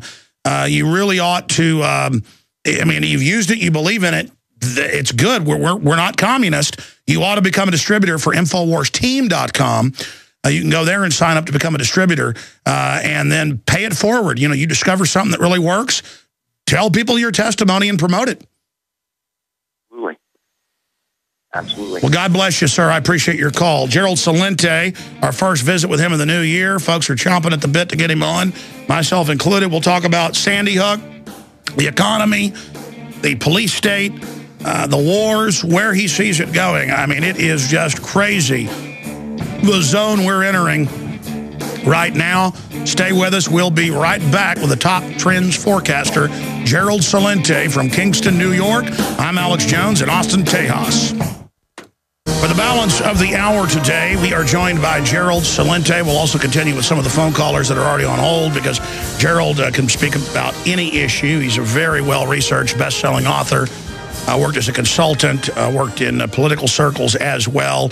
Really needs no introduction here. Trendsresearch.com. Gerald is an American trends forecaster, publisher of Trends Journal, business consultant, and author who makes predictions about global financial markets and other events of historical importance. Celente has described himself as a political atheist and a citizen of the world, and he's appeared basically on everything under the sun. And he is a regular guest with us, something we really appreciate. And his quarterly Trends Journal and his daily and weekly trends updates are invaluable. Everyone should also support real media and real analysis and go and become subscribers and then hand off the great color magazine to folks that you know. It's got the great art of Anthony Frida in it. He's also got Dr. Paul Craig Roberts writing with him. Roberts has pointed out recently that so is USA Today, of all people, of all outfits, that the Israeli government didn't defend our Second Amendment and said, we don't have armed teachers. No, you shouldn't have guns. When we pay to arm the teachers in Israel, and it's on record they do, the Russian media has come out and said we should not have our guns and attack me. We've had the Chinese government come out through their media and say we shouldn't have guns and, quote, there should be a war against gun owners. Piers Morgan. All this media, the BBC, Australian news, it's despicable. That all these authoritarian systems want our guns. And I wanted to talk to Gerald about this first because I want to get his take and his view on it. Then we'll get into his latest forecasting and fine-tuning, because so much of what he said is coming true like clockwork. What he sees unfolding now in 2013 to 2014 as the economy continues to deteriorate. They've announced in states all over the country federally funded local police checkpoints looking for criminals and gangs. And they search for guns while they're at it, legal guns. They drag you out of your car and take photos of your tattoos.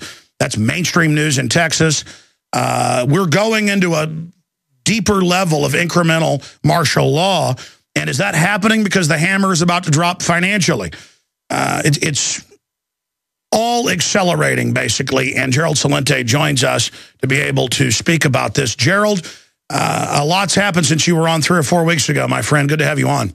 Oh, thanks for having me, and Happy New Year to you and everyone. You too. What is your take on the shooting there in Connecticut, very close to you, and how they're publishing names of gun owners so we can be robbed and so we can be demonized, how they're saying all gun owners are racist Klan members? These are quotes. It looks like they really are coming after us.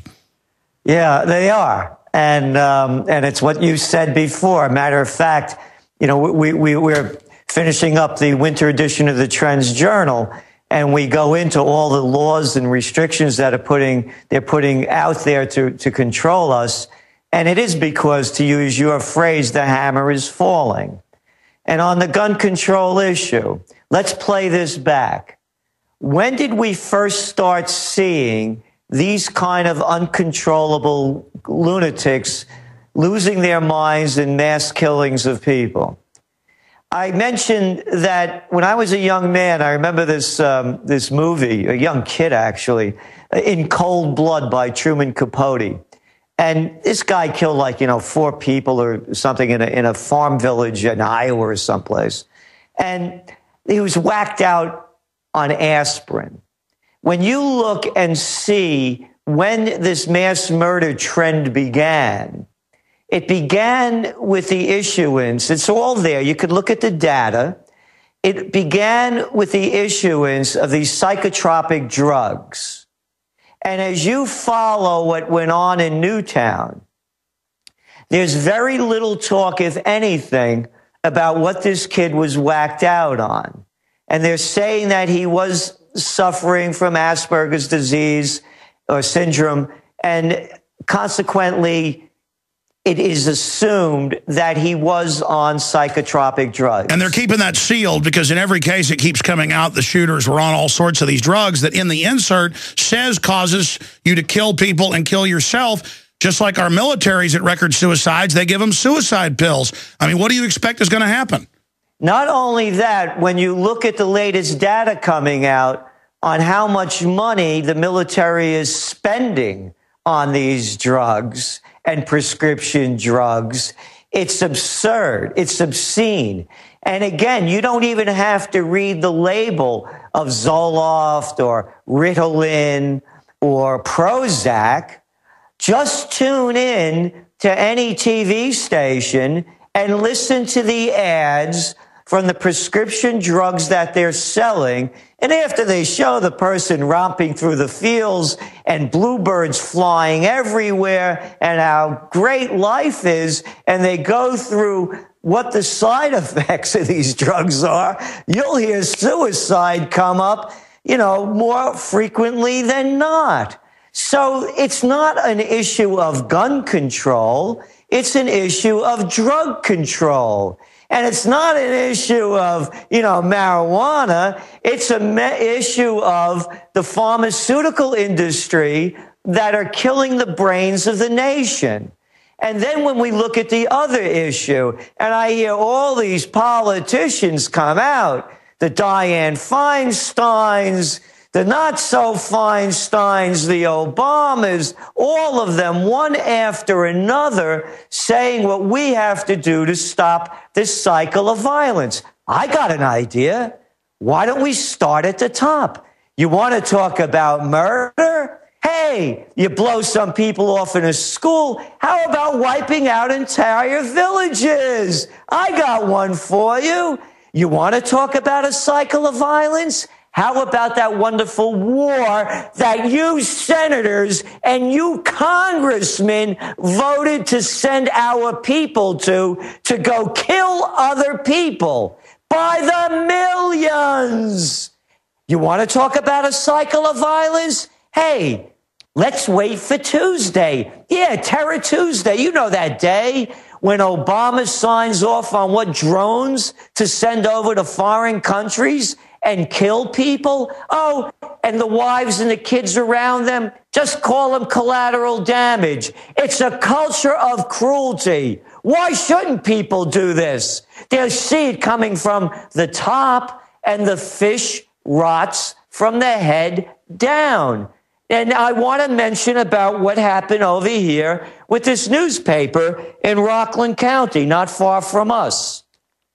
This is beautiful. This is great. You want to talk about imbeciles and cowards? The editor of this, the publisher of that newspaper, a coward, a little slimy piece of crap, publishing people's names that have guns. And why am I calling her a slimy little piece of crap? Because right here in the Turlet paper of record, newspaper that put gun permit map online, hires armed guards. Check that out for hypocrisy. Oh no, you can't arm yourself, you little weenie, disgusting individual. You need somebody to protect you. You need an armed guard. I got an armed guard for you.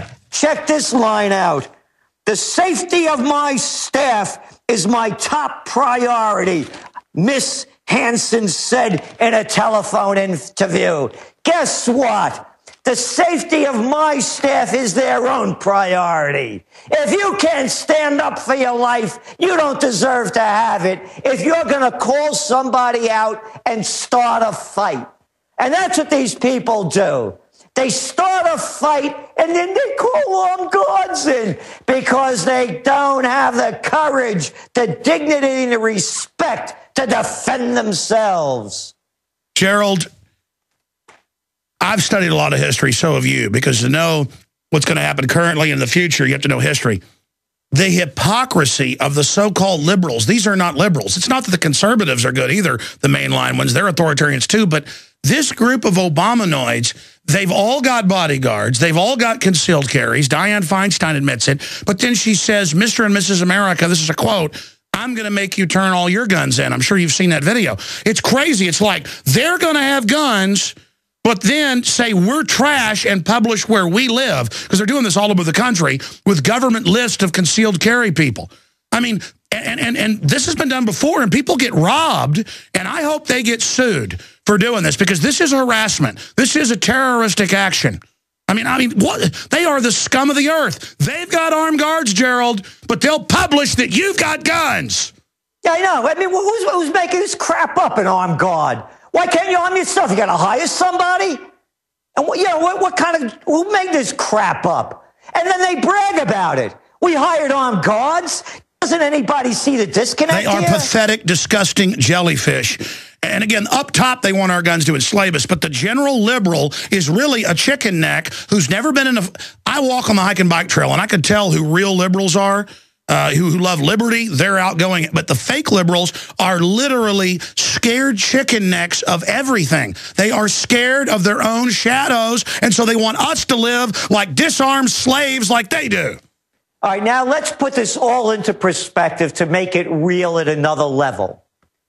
Let's suppose they pass gun control. How effective is it going to be with some 300 million guns out there? Who's going to have the guns? I'll tell you how effective it's going to be. It's going to be as effective as Prohibition was. I'll tell you how effective it's going to be. It's going to be as effective as the war on drugs. What are they going to do? They're not going to be able to control this. I'll tell you how effective it is in countries like Brazil and other places where it's almost impossible to get guns. You know who has the guns? The criminals. And they're running loose. That's who's Stay there, have sir. the gun. You're right. Let's talk about that. That hasn't been looked at. The crime rate will explode, which is what the big city mafia wants. Gerald Celente is our guest. Gerald, I want to get back into the point you were making about crime rates exploding in Chicago, New York, everywhere they take the people's arms. I mean, it's common sense. This idea of let's don't arm the pilots. They can be trusted to fly the plane, but let's literally get a $20 an hour security guard who's had a couple of firearms classes that anybody could take, and let's have them come guard us. Or let's put federal air marshals on all the planes to spy on everybody instead of our. I mean, it's this idea that only government specialists can do it. It's all about a government monopoly. But doesn't the power structure, I want to get back into the point you were making, but then I want to ask you this central question. We can see where this is going. You've talked about it. You've wrote about it. History, we've seen it. Yeah, they may get half the public to want to turn their guns in and half the public to suck their thumbs and think government really cares about them and maybe the government can come and wipe their hind ends. But a lot of us, 10, 15, 20, 30% know what's going on. We're not going to go along. We're done. So they can't put us all in prison. I mean, the system obviously knows it's going to cause a civil war if Obama signs an executive order to try to confiscate guns. Gerald Celente. Well, yeah, they're going to try something. I don't believe they're going to go that far with it because I think they know that they're not going to get away with it. And we even saw in, what was it, in Illinois, they tried passing some legislation. Yes. I saw on your website, on the Prisonplanet website. Yes, we shot it down. Following that. Yes. And they didn't get it, and they didn't pass it. I think what they're going to do is they'll come up with some other kind of restriction, and it'll only go so far. They'll keep playing out this political capital for as much as they can get from it. But in the end, I don't think they're going to succeed. There will be more restrictions guaranteed. And again, the stupidity. For example, there was just a guy in Switzerland that killed 3 people or 4 people the other day. Everybody in Switzerland is allowed to have a gun. They all have guns. They're not killing each other. This has nothing to do with having the gun. It has to do with a society that's out of control, a society that's over-medicated. And again, let's stay on that issue for just a moment. Now, you've been following this closer than anybody that I know. And you're looking at every piece of information coming out. What drugs was this kid on? Why do we have to hear from some police superintendent or inspector or whoever say, we have the information, but we're keeping it private because we don't want you to know anything? I mean, who can make this? What's wrong? We can't. Why don't we know? Why aren't the books open? Why can't we say what drug tipped this kid out of his mind? Hey, all of those wankers out there that have been screaming about marijuana over all the years and how it could become a gateway drug and lead to worse things. Why aren't you screaming out against all of these psychotropic drugs that they're pumping into all of these kids? And now it's getting even worse. Here's what's going on. A kid grows up in a family of which there are tens of millions in this country. His mother's whacked out on meth. He doesn't know who his father is. He's living in this drama, this situation that's hell every day. He goes to school. Oh, he becomes unruly. So what do? Well, there are no social programs anymore. When I was a kid, there were CYOs, there were PALs, police athletic leagues, there were YMCAs. You know, the kids had a place to go. If things are uneasy, you had a little support, the churches, whatever. Now you're on your own. You know what they're doing to these kids? They're feeding them drugs to calm them down. That's right. Millions and millions of kids getting drugged up by Big Pharma. Their minds are being blown. So for this, they say we need gun control. And as I said, if we're going to have gun control, start with Obama. Start with Bush. Start with Clinton. Bombs away over everybody. Kill millions. but take the guns away from people because they could become dangerous. Oh, but wait a minute, Gerald. Obama fake cried and couldn't squeeze tears out, and now has released another fake photo of him sad over the dead children, just like the fake Situation Room photo they had to admit. I mean, the milking of this, he isn't crying over the hundreds of dead Mexican kids from Fast and Furious, is he? Now, how about the million people the United States killed in Iraq? How about the ongoing slaughter in Afghanistan?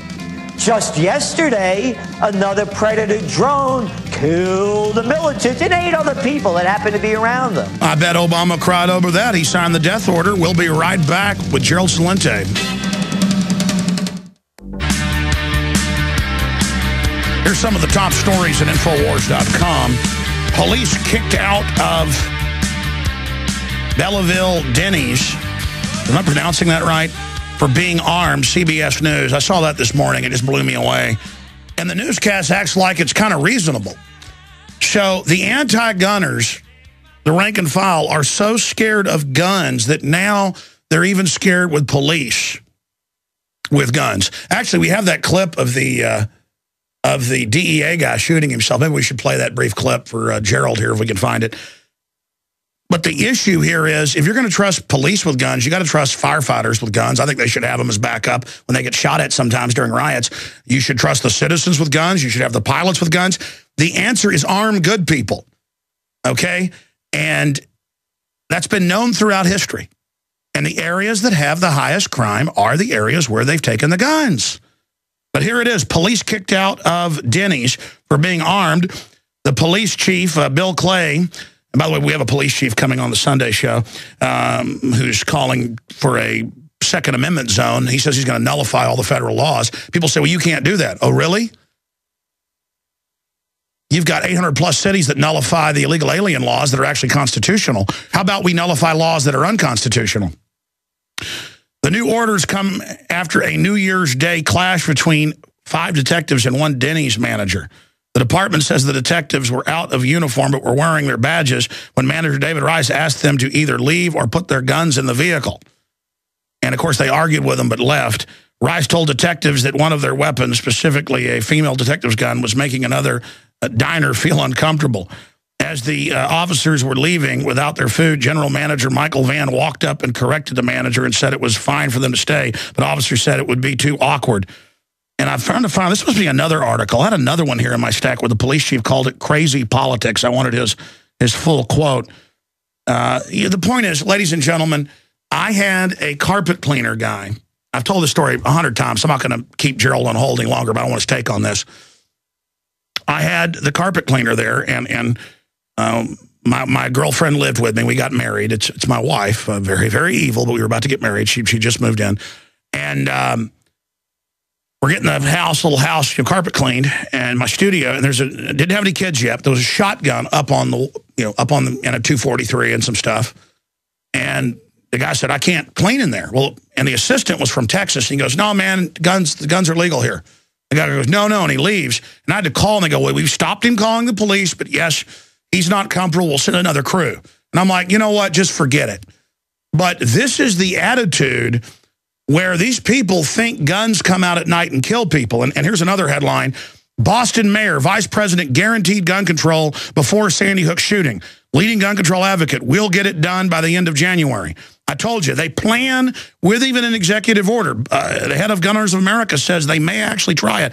Gerald Celente, what is your take on the citizens so scared now that they call the police when they see a gun in your gun rack, or they see a gun in your gun case, or police now are having people freak out when they've got guns? Well, it's fear and hysteria. Look what happened down in Maryland the other day. A little kid, 6 years old, went, pow, pow, pow, and they threw him out of school. I said, good thing the kid didn't go bang, bang, bang. They would have the SWAT teams in there shooting him. Now the country's lost its mind. I mean, look at every level it's breaking down. I mean, this whole thing of it's fear and hysteria. Look what they did with the fiscal cliff. Pick the category. How they had the people freaked out since Election Day. It's still going on. So you have a society that's lost its dignity, its respect, its courage, its passion, and they're living unfulfilled lives. So when you live these unfulfilled lives and have nothing going for you, you start making life miserable for other people around you. And again, this gun issue to me is more of a prescription drug issue. And people refuse to hold on to it. And they keep avoiding the fact. And the fact is that all of these drugs make a lot of people that are already over the edge, pushing them even further. And it's well documented and well known. Well, Gerald, I want to get into the economy and some issues and then take some wild card phone calls, questions for you here. But look, in the 1980 study of Prozac, they admitted a 14 or was it 15-time increase in suicide. That's mainstream news. A decade ago, we finally forced all serotonin reuptake inhibitors or SSRIs or SRIs to put in there that it causes mania, schizophrenia, mass murder, violence, suicide. I mean, it's all in these drugs insert. And in almost every shooting, they try to suppress it, but it always comes out later they were on it. Like this time, that he was under psychiatric care. Give me a break, he's on it. It says when you have Asperger's, they try to put you on. Prozac is actually the one they recommend, one of the oldest. So we know these pills do it, and then we always wonder, it's always a goth, devil worshiper, obsessed with shoot-'em-up video games, who is literally taking hallucinogenic drugs who does this. It's open and shut. It's the drugs. Why do I have to lose my guns because mommy likes to jack her kid up on a bunch of drugs instead of giving them a spanking or making them carry out the trash? I mean, why can't we have discipline for these kids? Again, you nailed it. That's what I'm saying. So the discussion starts to lose its focus because it keeps going into all these different areas. Again, for me, the two areas are very simple. One is drugs, and the other is a culture of cruelty. We have presidents that get out there and brag how they kill people. Hey, Obama got Osama. Hey, wasn't that great? Hillary bragged about Gaddafi. She goes, I came, I saw, he died. Yeah. So, so it's a culture of violence, and it's a culture of prescription drug addicted society. Where do you predict it's going to go? And then let's shift into your latest trends and what's really front and center in the new Trends Journal. Everybody's got to go to the site with all the videos and the material, trendsresearch.com. I stop there daily, trendsresearch.com. People can go there and subscribe and support what Gerald's doing, but really get the magazine, the journal, so you can then give it to others. This is the type of thing you want to leave at the dental office. This is the type of thing you want to pay forward. Again, Trends Journal, ladies and gentlemen, available at trendsresearch.com. or trendsjournal.com. What else do you see on the radar? What else is front and center? Our front and center, war. And they're leading us to it. Remember, you've heard me say this before. We're watching a parallel universe happen. The crash of 1929, the Great Depression, currency wars, trade wars, World War, the Panic of 08, the Great Depression. There's a depression going on in a lot of countries worldwide, including here. If you're out of work and you're starving and things are terrible, it's a depression, and there are a lot of people in it. Currency wars. Last year we heard Guido Montega, and this year from Brazil, saying there's a currency war. We just heard Mervyn King, the outgoing head of the Bank of England in New York. There's a currency war going on. Now we have a new prime minister of Japan, Abe. There's a currency war. What's the first thing he did when he got elected? He told the Bank of Japan, do what they're doing in the United States. Do what they're doing in Europe. Do what they're doing in China. Do what they're doing all over the world. Print more money. Devalue the currency because there's a war on, and the war is for exports. If your currency is too strong, your manufacturers can't push product out of the country. So Japan, do like they've done in the USA. Devalue the currency so that their exporters could export more. stage next trade wars. They're heating up and world war. And anybody out there that doesn't believe that the United States currency has been devalued, well, take a look at gold prices from where they are now and where they were 10 years ago. So what is going on? Our forecast is economics, more of the same, but worse. They're going to continue to print money. That's the only way that they're keeping this going. And by doing so, keeping interest rates at or near zero, which they are coming out of the Fed. So the banks are getting all the dough that they can. And then you put the other piece on top. Low interest rates. Okay. The housing market's in its worst decline since the Great Depression. What's holding it up? Oh, you could get a loan now for what? On residential, 2.77%. So now we can see how they keep. Oh, and by the way, on that new fiscal cliff deal, they extended the mortgage tax deductions. So that is a $600 billion cost that helps the mortgage investment. That's right. sector. They didn't do that to help mom and pop. They did that to help the banksters, again, who loaned this out of nothing. And what's amazing is Obama's saying no new payroll taxes. He swore it, but 77% of American workers got that tax increase, and he raised a bunch of other taxes. That's exactly right. So keeping this mortgage deduction in there, that helps the mortgage business. That's all that was for. So, and it's guaranteed. Who makes this thing up? I'll be a bank. I'll loan you money to buy a house. You default on the loan. Okay, don't worry about it. The FHA, Freddie Mac, and Fannie Mae will cover the bet that the bank made, that made a bad bet, and they get to take your house and then resell it. Anyway, moving back to the war, because it's all connected. When all else fails, they take you to war. And they're going to take us to war, I believe, with Syria, and that is the gateway to go into Iran. So when I talk about the first great war, do the math. There's a war in Libya. There's a war in Syria. There's a war that's heating up again, a revolution in Egypt. The Muslim Brotherhood took over, which, by the way, had nothing to do with the so-called Arab Spring. They were not on the streets. Same thing in Tunisia. After they overthrew that government, whoop, here's the Muslim Brotherhood. Oh, and by the way, take a trip over to Yemen. Not far away. A civil war going on there, corrupt government that we, the American taxpayer, are supporting, and President Obama is sending in Predator drones. Check out Bahrain, not too far. A civil war going on, but don't say anything bad about Bahrain, because the United States has the Fifth Fleet there. Hey, it came out that Bahrain actually pays money and others to CNN for fake reports. The whistle got blew by Amber Lyon, who's won 3 Emmys for her news reporting, and it never even became a news issue, that CNN isn't just connected to the Pentagon and PSYOPs, as came out 12 years ago. They're actually foreign funded. Of course they are.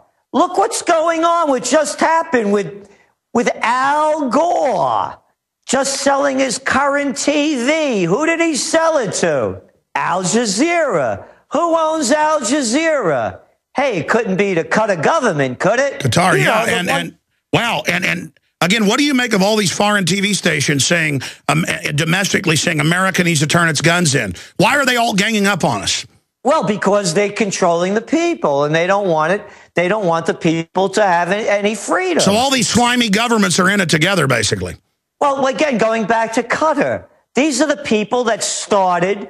And by the way, there's a link that subscribers get. I was on China Today with the Al Jazeera Washington bureau chief prior to the Libyan war. You got to check this out. We'll put the link up there for everybody. We'll put it on YouTube on the Gerald Celente or Trends Journal channels. And this is prior to the war. You want to see this easy-talking guy lose it at the end. It's a comic book.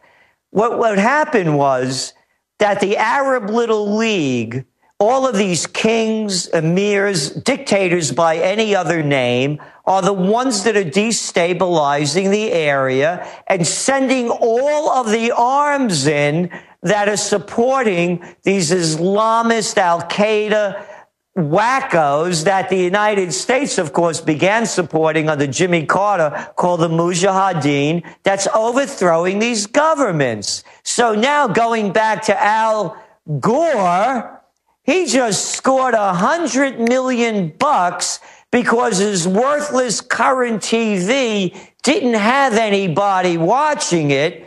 When, they had as low as, 40,000 people tuning in. And by the way, that's a political payoff, having foreign governments later pay you for something that's not really worth it. That's the oldest trick in the book. I mean, this is just, look at Congress saying they're allowed to insider trade and then passing a law that actually lets them insider trade, claiming the law outlaws them insider trading. I mean, it is just unbelievable how much trouble we're in.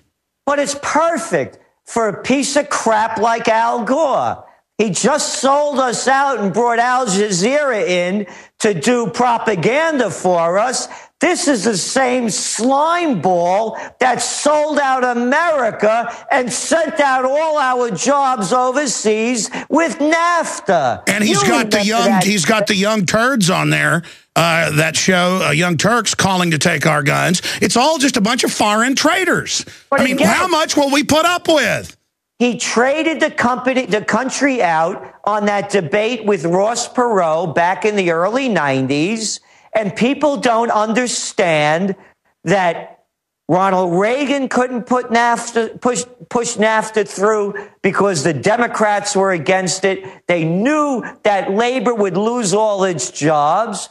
George Bush Sr. couldn't push NAFTA through because the Democrats knew that it would suck out all our jobs. But as long as Al Gore and Clinton did it, it's cute. Democrats love getting destroyed as long as they feel like they're winning and their party's in. They love it. As long as one of them destroys them, Clinton pulled off what the other ones couldn't. So Al Gore is the perfect metaphor for selling out the country, whether it's selling out our freedom to hear great programming and not be propagandized by the Qatar government that's starting wars throughout the Middle East. And that's their perfect cutout. And, of course, they're connected to British intelligence. I mean, I think it's time to really look at these foreign-run TV stations domestically because they're running around trying to overthrow our republic. I mean, what do you call that when foreign governments come in? Because Al Jazeera says turn our guns in. I say Al Jazeera needs to get out of our country. And that's what I'm saying, that Al Gore is the same guy that sold out the country, that took our jobs overseas, and now he's grabbing some more dough. So going back to the wars. I tell you what, we got to go to break. We'll come right back, and I promise go to some calls here. Gerald Celente is our guest. It's just unbelievable. I hadn't even gotten to the Al Gore Man Bear Pig news. What a piece of trash. All right, we're going to jam in a few phone calls in this next segment and the next, and I'm going into overdrive in the next hour to play some special reports and take more calls. Gerald Celente is our guest. I'm Alex Jones, if you just tuned in. I said I would announce 2 big contests today, but I'm going to shoot a video that'll air on the nightly news tonight where I break down the new contest we're going to have. We're going to have $5,000 contest. We got 2 $1,000 contests I'm about to pay out on next week. We've had like over 20 contests now over the years. We're going to have one that's $5,000 that I'll be announcing and another that's $100,000. And the reason I'm doing this is to get the word out, and it will reach tens upon tens of millions of people with the message of liberty. Wait till you hear about these contests. It's going to be big. But I've got to codify my thoughts. I haven't written up the rules yet, so I'll announce it tonight in a special video. The next week officially kick it off because we've got to turn loose the power of the people. Continuing here, this is everything we're talking about. Globalism is foreign financial interests that are authoritarian coming in and buying off your government and then having the government give the tax money and no-bid contracts to them. And then they want to secure that, so now they want our guns too and our freedom. It's just mafia. It's organized crime. That's what the New World Order is. And that's what we've become. And now we are such a joke that all these foreign governments are here propagandizing us and paying for CNN and paying for what's on current TV and lecturing us on all these channels that we need to give our guns up. And it's enough, okay? It's enough. Gerald, have they miscalculated here? Or will America just put up with anything? Well, you know, what I'd like to do is come back at another time shortly and go over our top trends for 2013. And one of them is the Great Awakening. You know, there was, before this revolution in this country, there was an awakening. And part of the Great Awakening was that people woke up to the idea that they should not bow to nobility, that they weren't better than the rest of the commoners. It became also something where people realized that their salvation was dependent upon their actions, on how they behaved, what they did, and how they would bring themselves up to the highest level to be the best human beings they could be. A lot of, by the way, Thomas Paine's work is written in the context of the Great Awakening. And there was a religious element to it as well. But forgetting the religious element, I believe we're going to answer your question. We're going to have another Great Awakening.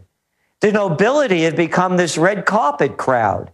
They never show up without a red carpet. Do you know how sick and tired I am of watching Hillary Clinton or somebody, the president, waving from, you know, their jumbo jets?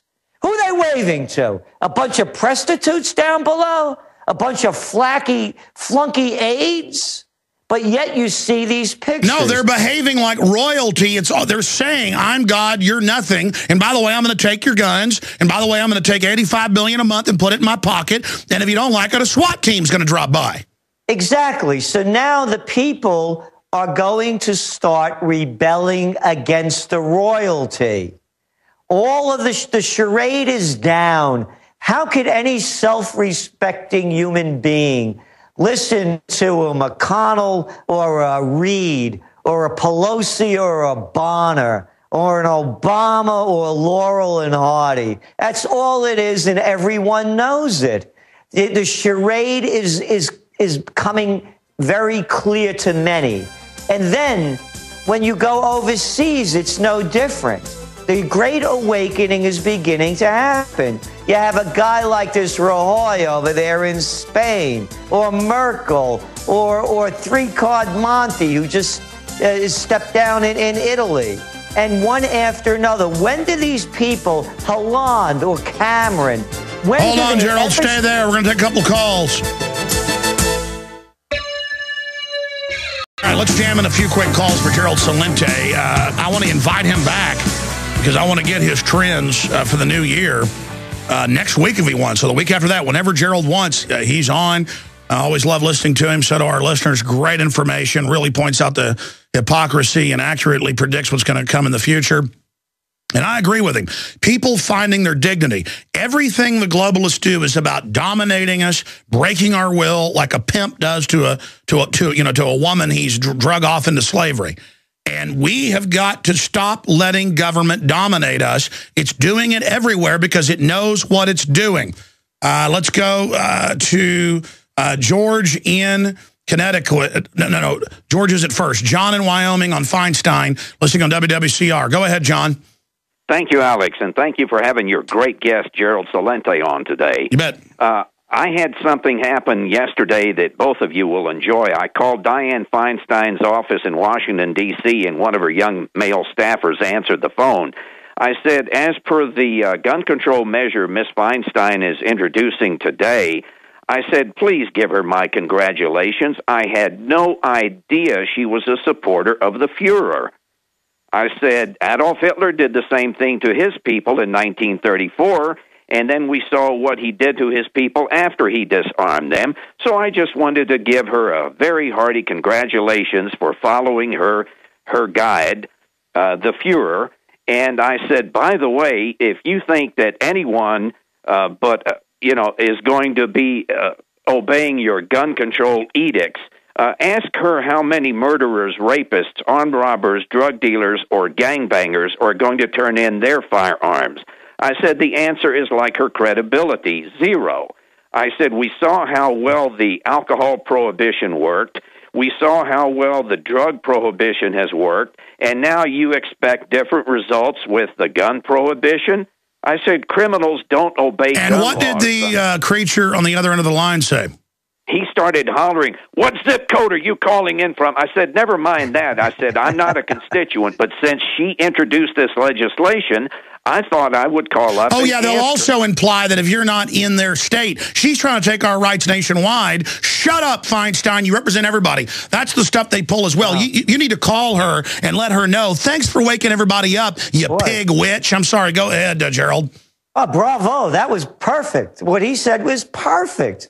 You know, not a word minced and not a word wasted. And by the way, on the Feinstein issue, I was just talking about Al Gore before. And the deal that they made, you know, to get their station on all their worthless current TV on all these cable companies that would never normally carry it, but because of his connections. Do you know one of the investors in there? Dianne Feinstein's husband. Isn't that a coincidence? Who gets banker bailout money and all the insider trading stuff that mommy's involved in. But she got the Senate Ethics Committee to tell her it was okay. So the news said, oh, she's allowed to insider trade, but you go to jail if you do. But she's better than us. She walks on red carpets. Exactly. And again, that goes back to the Great Awakening. But that caller, that was perfect what he said because it covered all the points perfectly. Yeah, like you said, the gangbangers, all these, the rapists, the robbers, they're going to give up their guns? Hey, Gerald, I want to tell people right now, because you've got to leave us, I know. You just offered to come on and break down your trends that we don't have time to get to. Is your book there? Can I tell folks now when you're going to be on for an hour next week? I don't know the exact date, but we'll get it to you later on today. Okay, but just sometime next week you will grace us with your presence. I promise sometime next week we will make the time to be on. If I have a red carpet for you. Then it could be tomorrow. No. Listen, I was joking. I'm going to start having bling and like red carpets, maybe all the...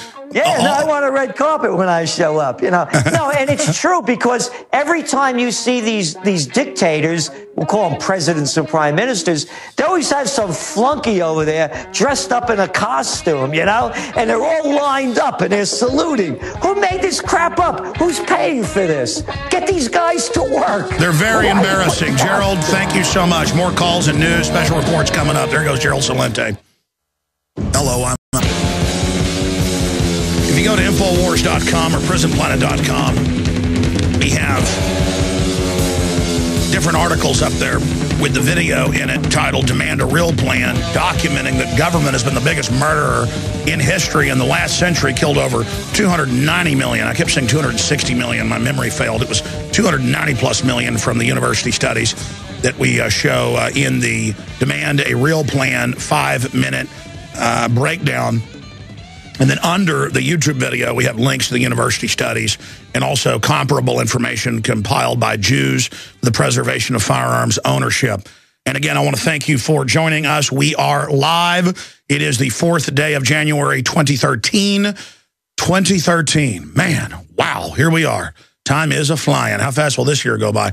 Now, I went into overdrive so we could take some more of your phone calls and get some of these special reports, because these are the type of reports that are being filed daily on the nightly news, 7 o'clock Central. By the way, you get 11 memberships for $5.95 a month. So you can go create one membership, username, passcode, share it with 10 more people who can simultaneously use it.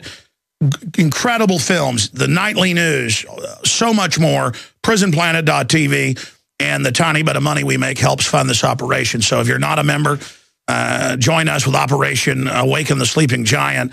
And again, I'm going to launch Operation Paul Revere. I'm going to shoot a video about it today that'll be on the nightly news, and we'll have official rules next week. I've just got to, this is so much money, $100,000 in the prize, that I've got to, I'm just going to have a lawyer double check it, because I want to be sure. People can be litigious out there. We always pay out on our prizes, but I want to make sure people understand that you're going to have to officially enter with us and officially have a contest form you sign up with. This isn't going to be just all over the map. $100,000 prize, and then the chance to have us put out your next film with I got to look at the budget, but we're looking at like $500,000 for production and promotion. And I know how to put films in theaters. I've never done it. I'm just too busy to make films. I am planning to make one this year. We're going to try to put it in some theaters, but that takes a lot of work for anybody. You got to go on tour. You got to show it. You got to do it. So we're here the contest is $100,000 for a film you make. Then you just get $100,000. And then we'll also, if it fits all the criteria, put it out and sell it. But I've got to develop all those final parts of the plan. But then you get in the running from the top people in the contest to, we're probably going to get 3 or 4 different people at the top and come in and make a bunch of films and try to finance them. That's why it's important to buy the books, the videos, the Pro Pure water filters, the support our sponsors, to become prisonplanet.tv members, because we take that money and put it back into getting the word out. I mean, I'm up here saying I'm not turning my guns in no matter what. I mean, I'm willing to, have the globalists come after me and kill me, put me in prison for this, folks. So, I mean, I'm doing whatever I think will devastate the enemy. I mean, we are here to dominate the globalists. We're not here for status. We're not here for, power trips. We're not here for all the normal, worldly stuff. We are here to savagely defend liberty with the First Amendment, savagely and viciously with no apologies, and with any means legally necessary ahead of civil war. We're trying to stop that. And so we want to turn your creative power loose. Look at how we did a contest for reporters, 5,000 for a female, 5,000 for a male, hired 3 or 4 other reporters that were in the running, got them here, the great job they're doing. Well, the next contest is 100,000, okay? All right, I'm already starting to get into this. And again, I'm just so busy, up here late every night doing news reports and stuff. I haven't codified the whole rules yet, but I've thought it out, and so I'll make a video about the generalities, and then I'll absolutely get the rules out by like next Wednesday. We worked over the holidays, too. We were here New Year's, day before New Year's, all that, day after Christmas, whatever. We're not playing games, okay? And because we understand this is real. And the prize we want's liberty. Our blood, our name, our treasure, it's all on the line. Everything. Now, I want to go to David Knight's report. You just heard Gerald Celente talking about how this great turning is coming, this great awakening historically in a cycle. And it's not just one theory that proves this. There's actually dozens, but one book that came out in the 80s breaks down the 4th turning, and he's got a clip from the 90s where they predict the implosion of the market, how it would happen, what would come out of it, the tyranny, the awakening, these cycles. And there's different ways to interpret the cycles, but they're definitely there. And the globalists know there's cycles. Brzezinski writes about it. So we're going to play this, then go to your calls. We're going to the bottom of the hour here, at least that long in overdrive, then back into retransmission at the bottom of the hour when Larry Pratt joined us. Very important intel. Let's go to David Knight, our reporter and researcher's report, the 4th turning. Full video for radio listeners posted at prisonplanet.tv right now. I'm David Knight with the Nightly News. Now, this quote was written 9 years before the financial crisis of 2008. But it came from a book that was written in 1990, had the same ideas from the same authors, 18 years before the financial crisis. The 4th turning is due to begin shortly after the new millennium, midway through the 00 decade. About the year 2005, a sudden spark will catalyze a crisis mood. Remnants of the old social order will disintegrate. Political and economic trust will implode. Real hardship will beset the land with severe distress that could involve questions of class, race, nation, and empire. The very survival of the nation will feel at stake. Sometime before the year 2025, America will pass through a great gate in history, commensurate with the American Revolution, Civil War, and twin emergencies of the Great Depression and World War II. The basis of this prediction is a cyclical view of history that Strauss and Howe discovered by going back through American and English history back to the mid-1400s. And they discovered that just as we have seasons of weather, we have seasons of society. And just as we don't know the exact date that winter is going to come, or whether it's going to be a harsh or a mild winter, we do know that it's going to follow fall, and we do know the approximate time that it's going to come. We take a close look at the rhythms of American history, and in our book we make the following big prediction, that beginning about 10 years from now, America is due to enter an era of crisis, an era of political and social upheaval that will last around 20 years or so until the late 2020s. We call this era a 4th turning, and we think it's going to be a big threshold for the history of our nation. It's It's going to be something on par with World War II and the Great Depression, or going back the length of a human lifespan before then, the Civil War, or going back the length of another human lifespan, the American Revolution. It could be a time of tragedy or a time of great opportunity. What they found was that societies will go through 4 phases of high, awakening, unraveling, and crisis. Humans go through 4 phases of life: childhood, young adult, midlife, and elderhood. And they noticed generations where people have shared experiences and attitudes are spaced about 20 years apart. And generations are shaped by where their childhood falls within the phases of society. Now, this got my attention because I noticed that there was a repeating pattern of about 72 years between significant dates in American history as well as some other histories. For example, if you go from the time the U.S. Constitution was written in 1789 to the beginning of the Civil War, 1861, that's 72 years. Another 72 years takes us to 1933, the beginning of the New Deal, another major transformation of American society. If you go another 72 years, that took us to about 2005, exactly where Strauss and Howe had predicted a major crisis and change would occur. And in addition, if you look at the Russian Revolution, from 1917 to 1989 was about 72 years. So it seemed to fit with the life cycle of humans. In a cycle, 4 generations, 20 years apart, are shaped by when their childhood falls within that cycle. And the names they use in their book, The Fourth Turning, come from the biblical account of Exodus. For example, you have one generation as a prophet generation. Now think of Moses calling a generation to change. The next generation, the nomad generation, wandering in the wilderness, a period of crisis and restlessness. The following generation would be a hero generation. Think of the Joshua generation taking a promised land. That often involves a major war. And then finally, an artist generation, the generation that builds a new society. Well, where does Strauss and Howe think that we are in this cycle? The researchers see the millennial generation, those born between 1982 to 2004, as the hero generation. And they see our society entering a fourth turning, a crisis period where society will be fundamentally transformed as it was with the American Revolution, the Civil War, or the New Deal. And the last time we faced a fourth turning was the Great Depression and World War II. Strauss and Howe's predictions of 22 years ago now look prescient. And we can see the storm surge coming in our society at our time, just as if a hurricane was approaching the shore. Now, our government has been undermining the foundations of liberty for a long time. And the question is, will you be a sandbag to help hold up and protect liberty, or will you stand by as it gets swept away and we enter a new dark age of authoritarianism? I'm David Knight for the InfoWars Nightly News. Excellent job, David Knight. We're going to skip this network break and take phone calls here.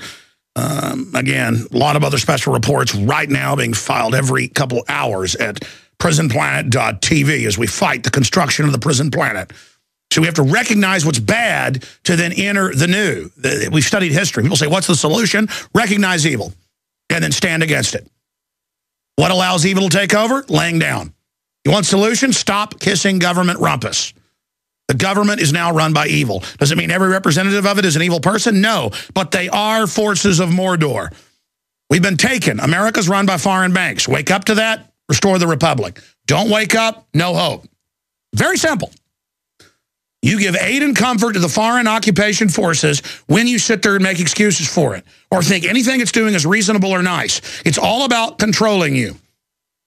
Georgia and Connecticut contest for gun control. He has some comments on that. Go ahead and thanks for holding, sir. Good speaking to you. I think this whole thing is basically engineered because they're trying to, because of the financial collapse, I mean, so they can basically get the little gangs that can basically come into our communities once we're gun-free and able to be victimized, so that we have to run to these big gangsters, Mr. Big, for the collapse. No, that's it. No, absolutely. They admit that's the plan, yeah. So I mean, most people got to be. We've got to raise the awareness of everybody, and I'm glad you're having a contest. But I think we should also have something like why not get say the Sandy Hook or Sandy is it Sandy Hook? No, I forget Sandy Hook. Whatever, where the shooting was done in Connecticut. Have them brought together with people from survivors from Waco and Ruby Ridge and people like that, and the people who have survived shootings like where they had guns, and say, look, This is sure. where. Well, that's why they let the media harass them, then the police take over and won't let anybody get near the families so they can control the narrative. That's problem, reaction, solution. But here's the deal: we're going to have a $5,000 1-month contest to do this quickly. $5,000, one winner. That'll be announced tonight as well, and people can start going right now. But it doesn't matter; everybody wins. Putting out a video, demand a plan video that basically defends the Second Amendment along the lines of the video we put out. It can be anything you want, any style, anything. A $5,000 contest for the Second Amendment. Then we're going to have a $100,000 contest where you can make any film on any liberty issue you want. 1 minute, 2 hours, whatever, fiction, nonfiction, and then I will judge as the sole judge, who the winner is, and then out of that you'll get hundreds of great films made. Everybody wins by getting the word out, fighting tyranny and creativity. Somebody else gets $100,000, and then I take the top 5 or 6 people. The top person, because the winner won't necessarily get the film deal. We have to work that out. But, we're going to try to put out a bunch of different films of different budgets, depending on how much money we have. But we're planning to just launch everything at the enemy. We've got our platform ready now, and we're just going to have a major offensive. And it doesn't mean that our offensive will win, but we will inspire others to have offensives.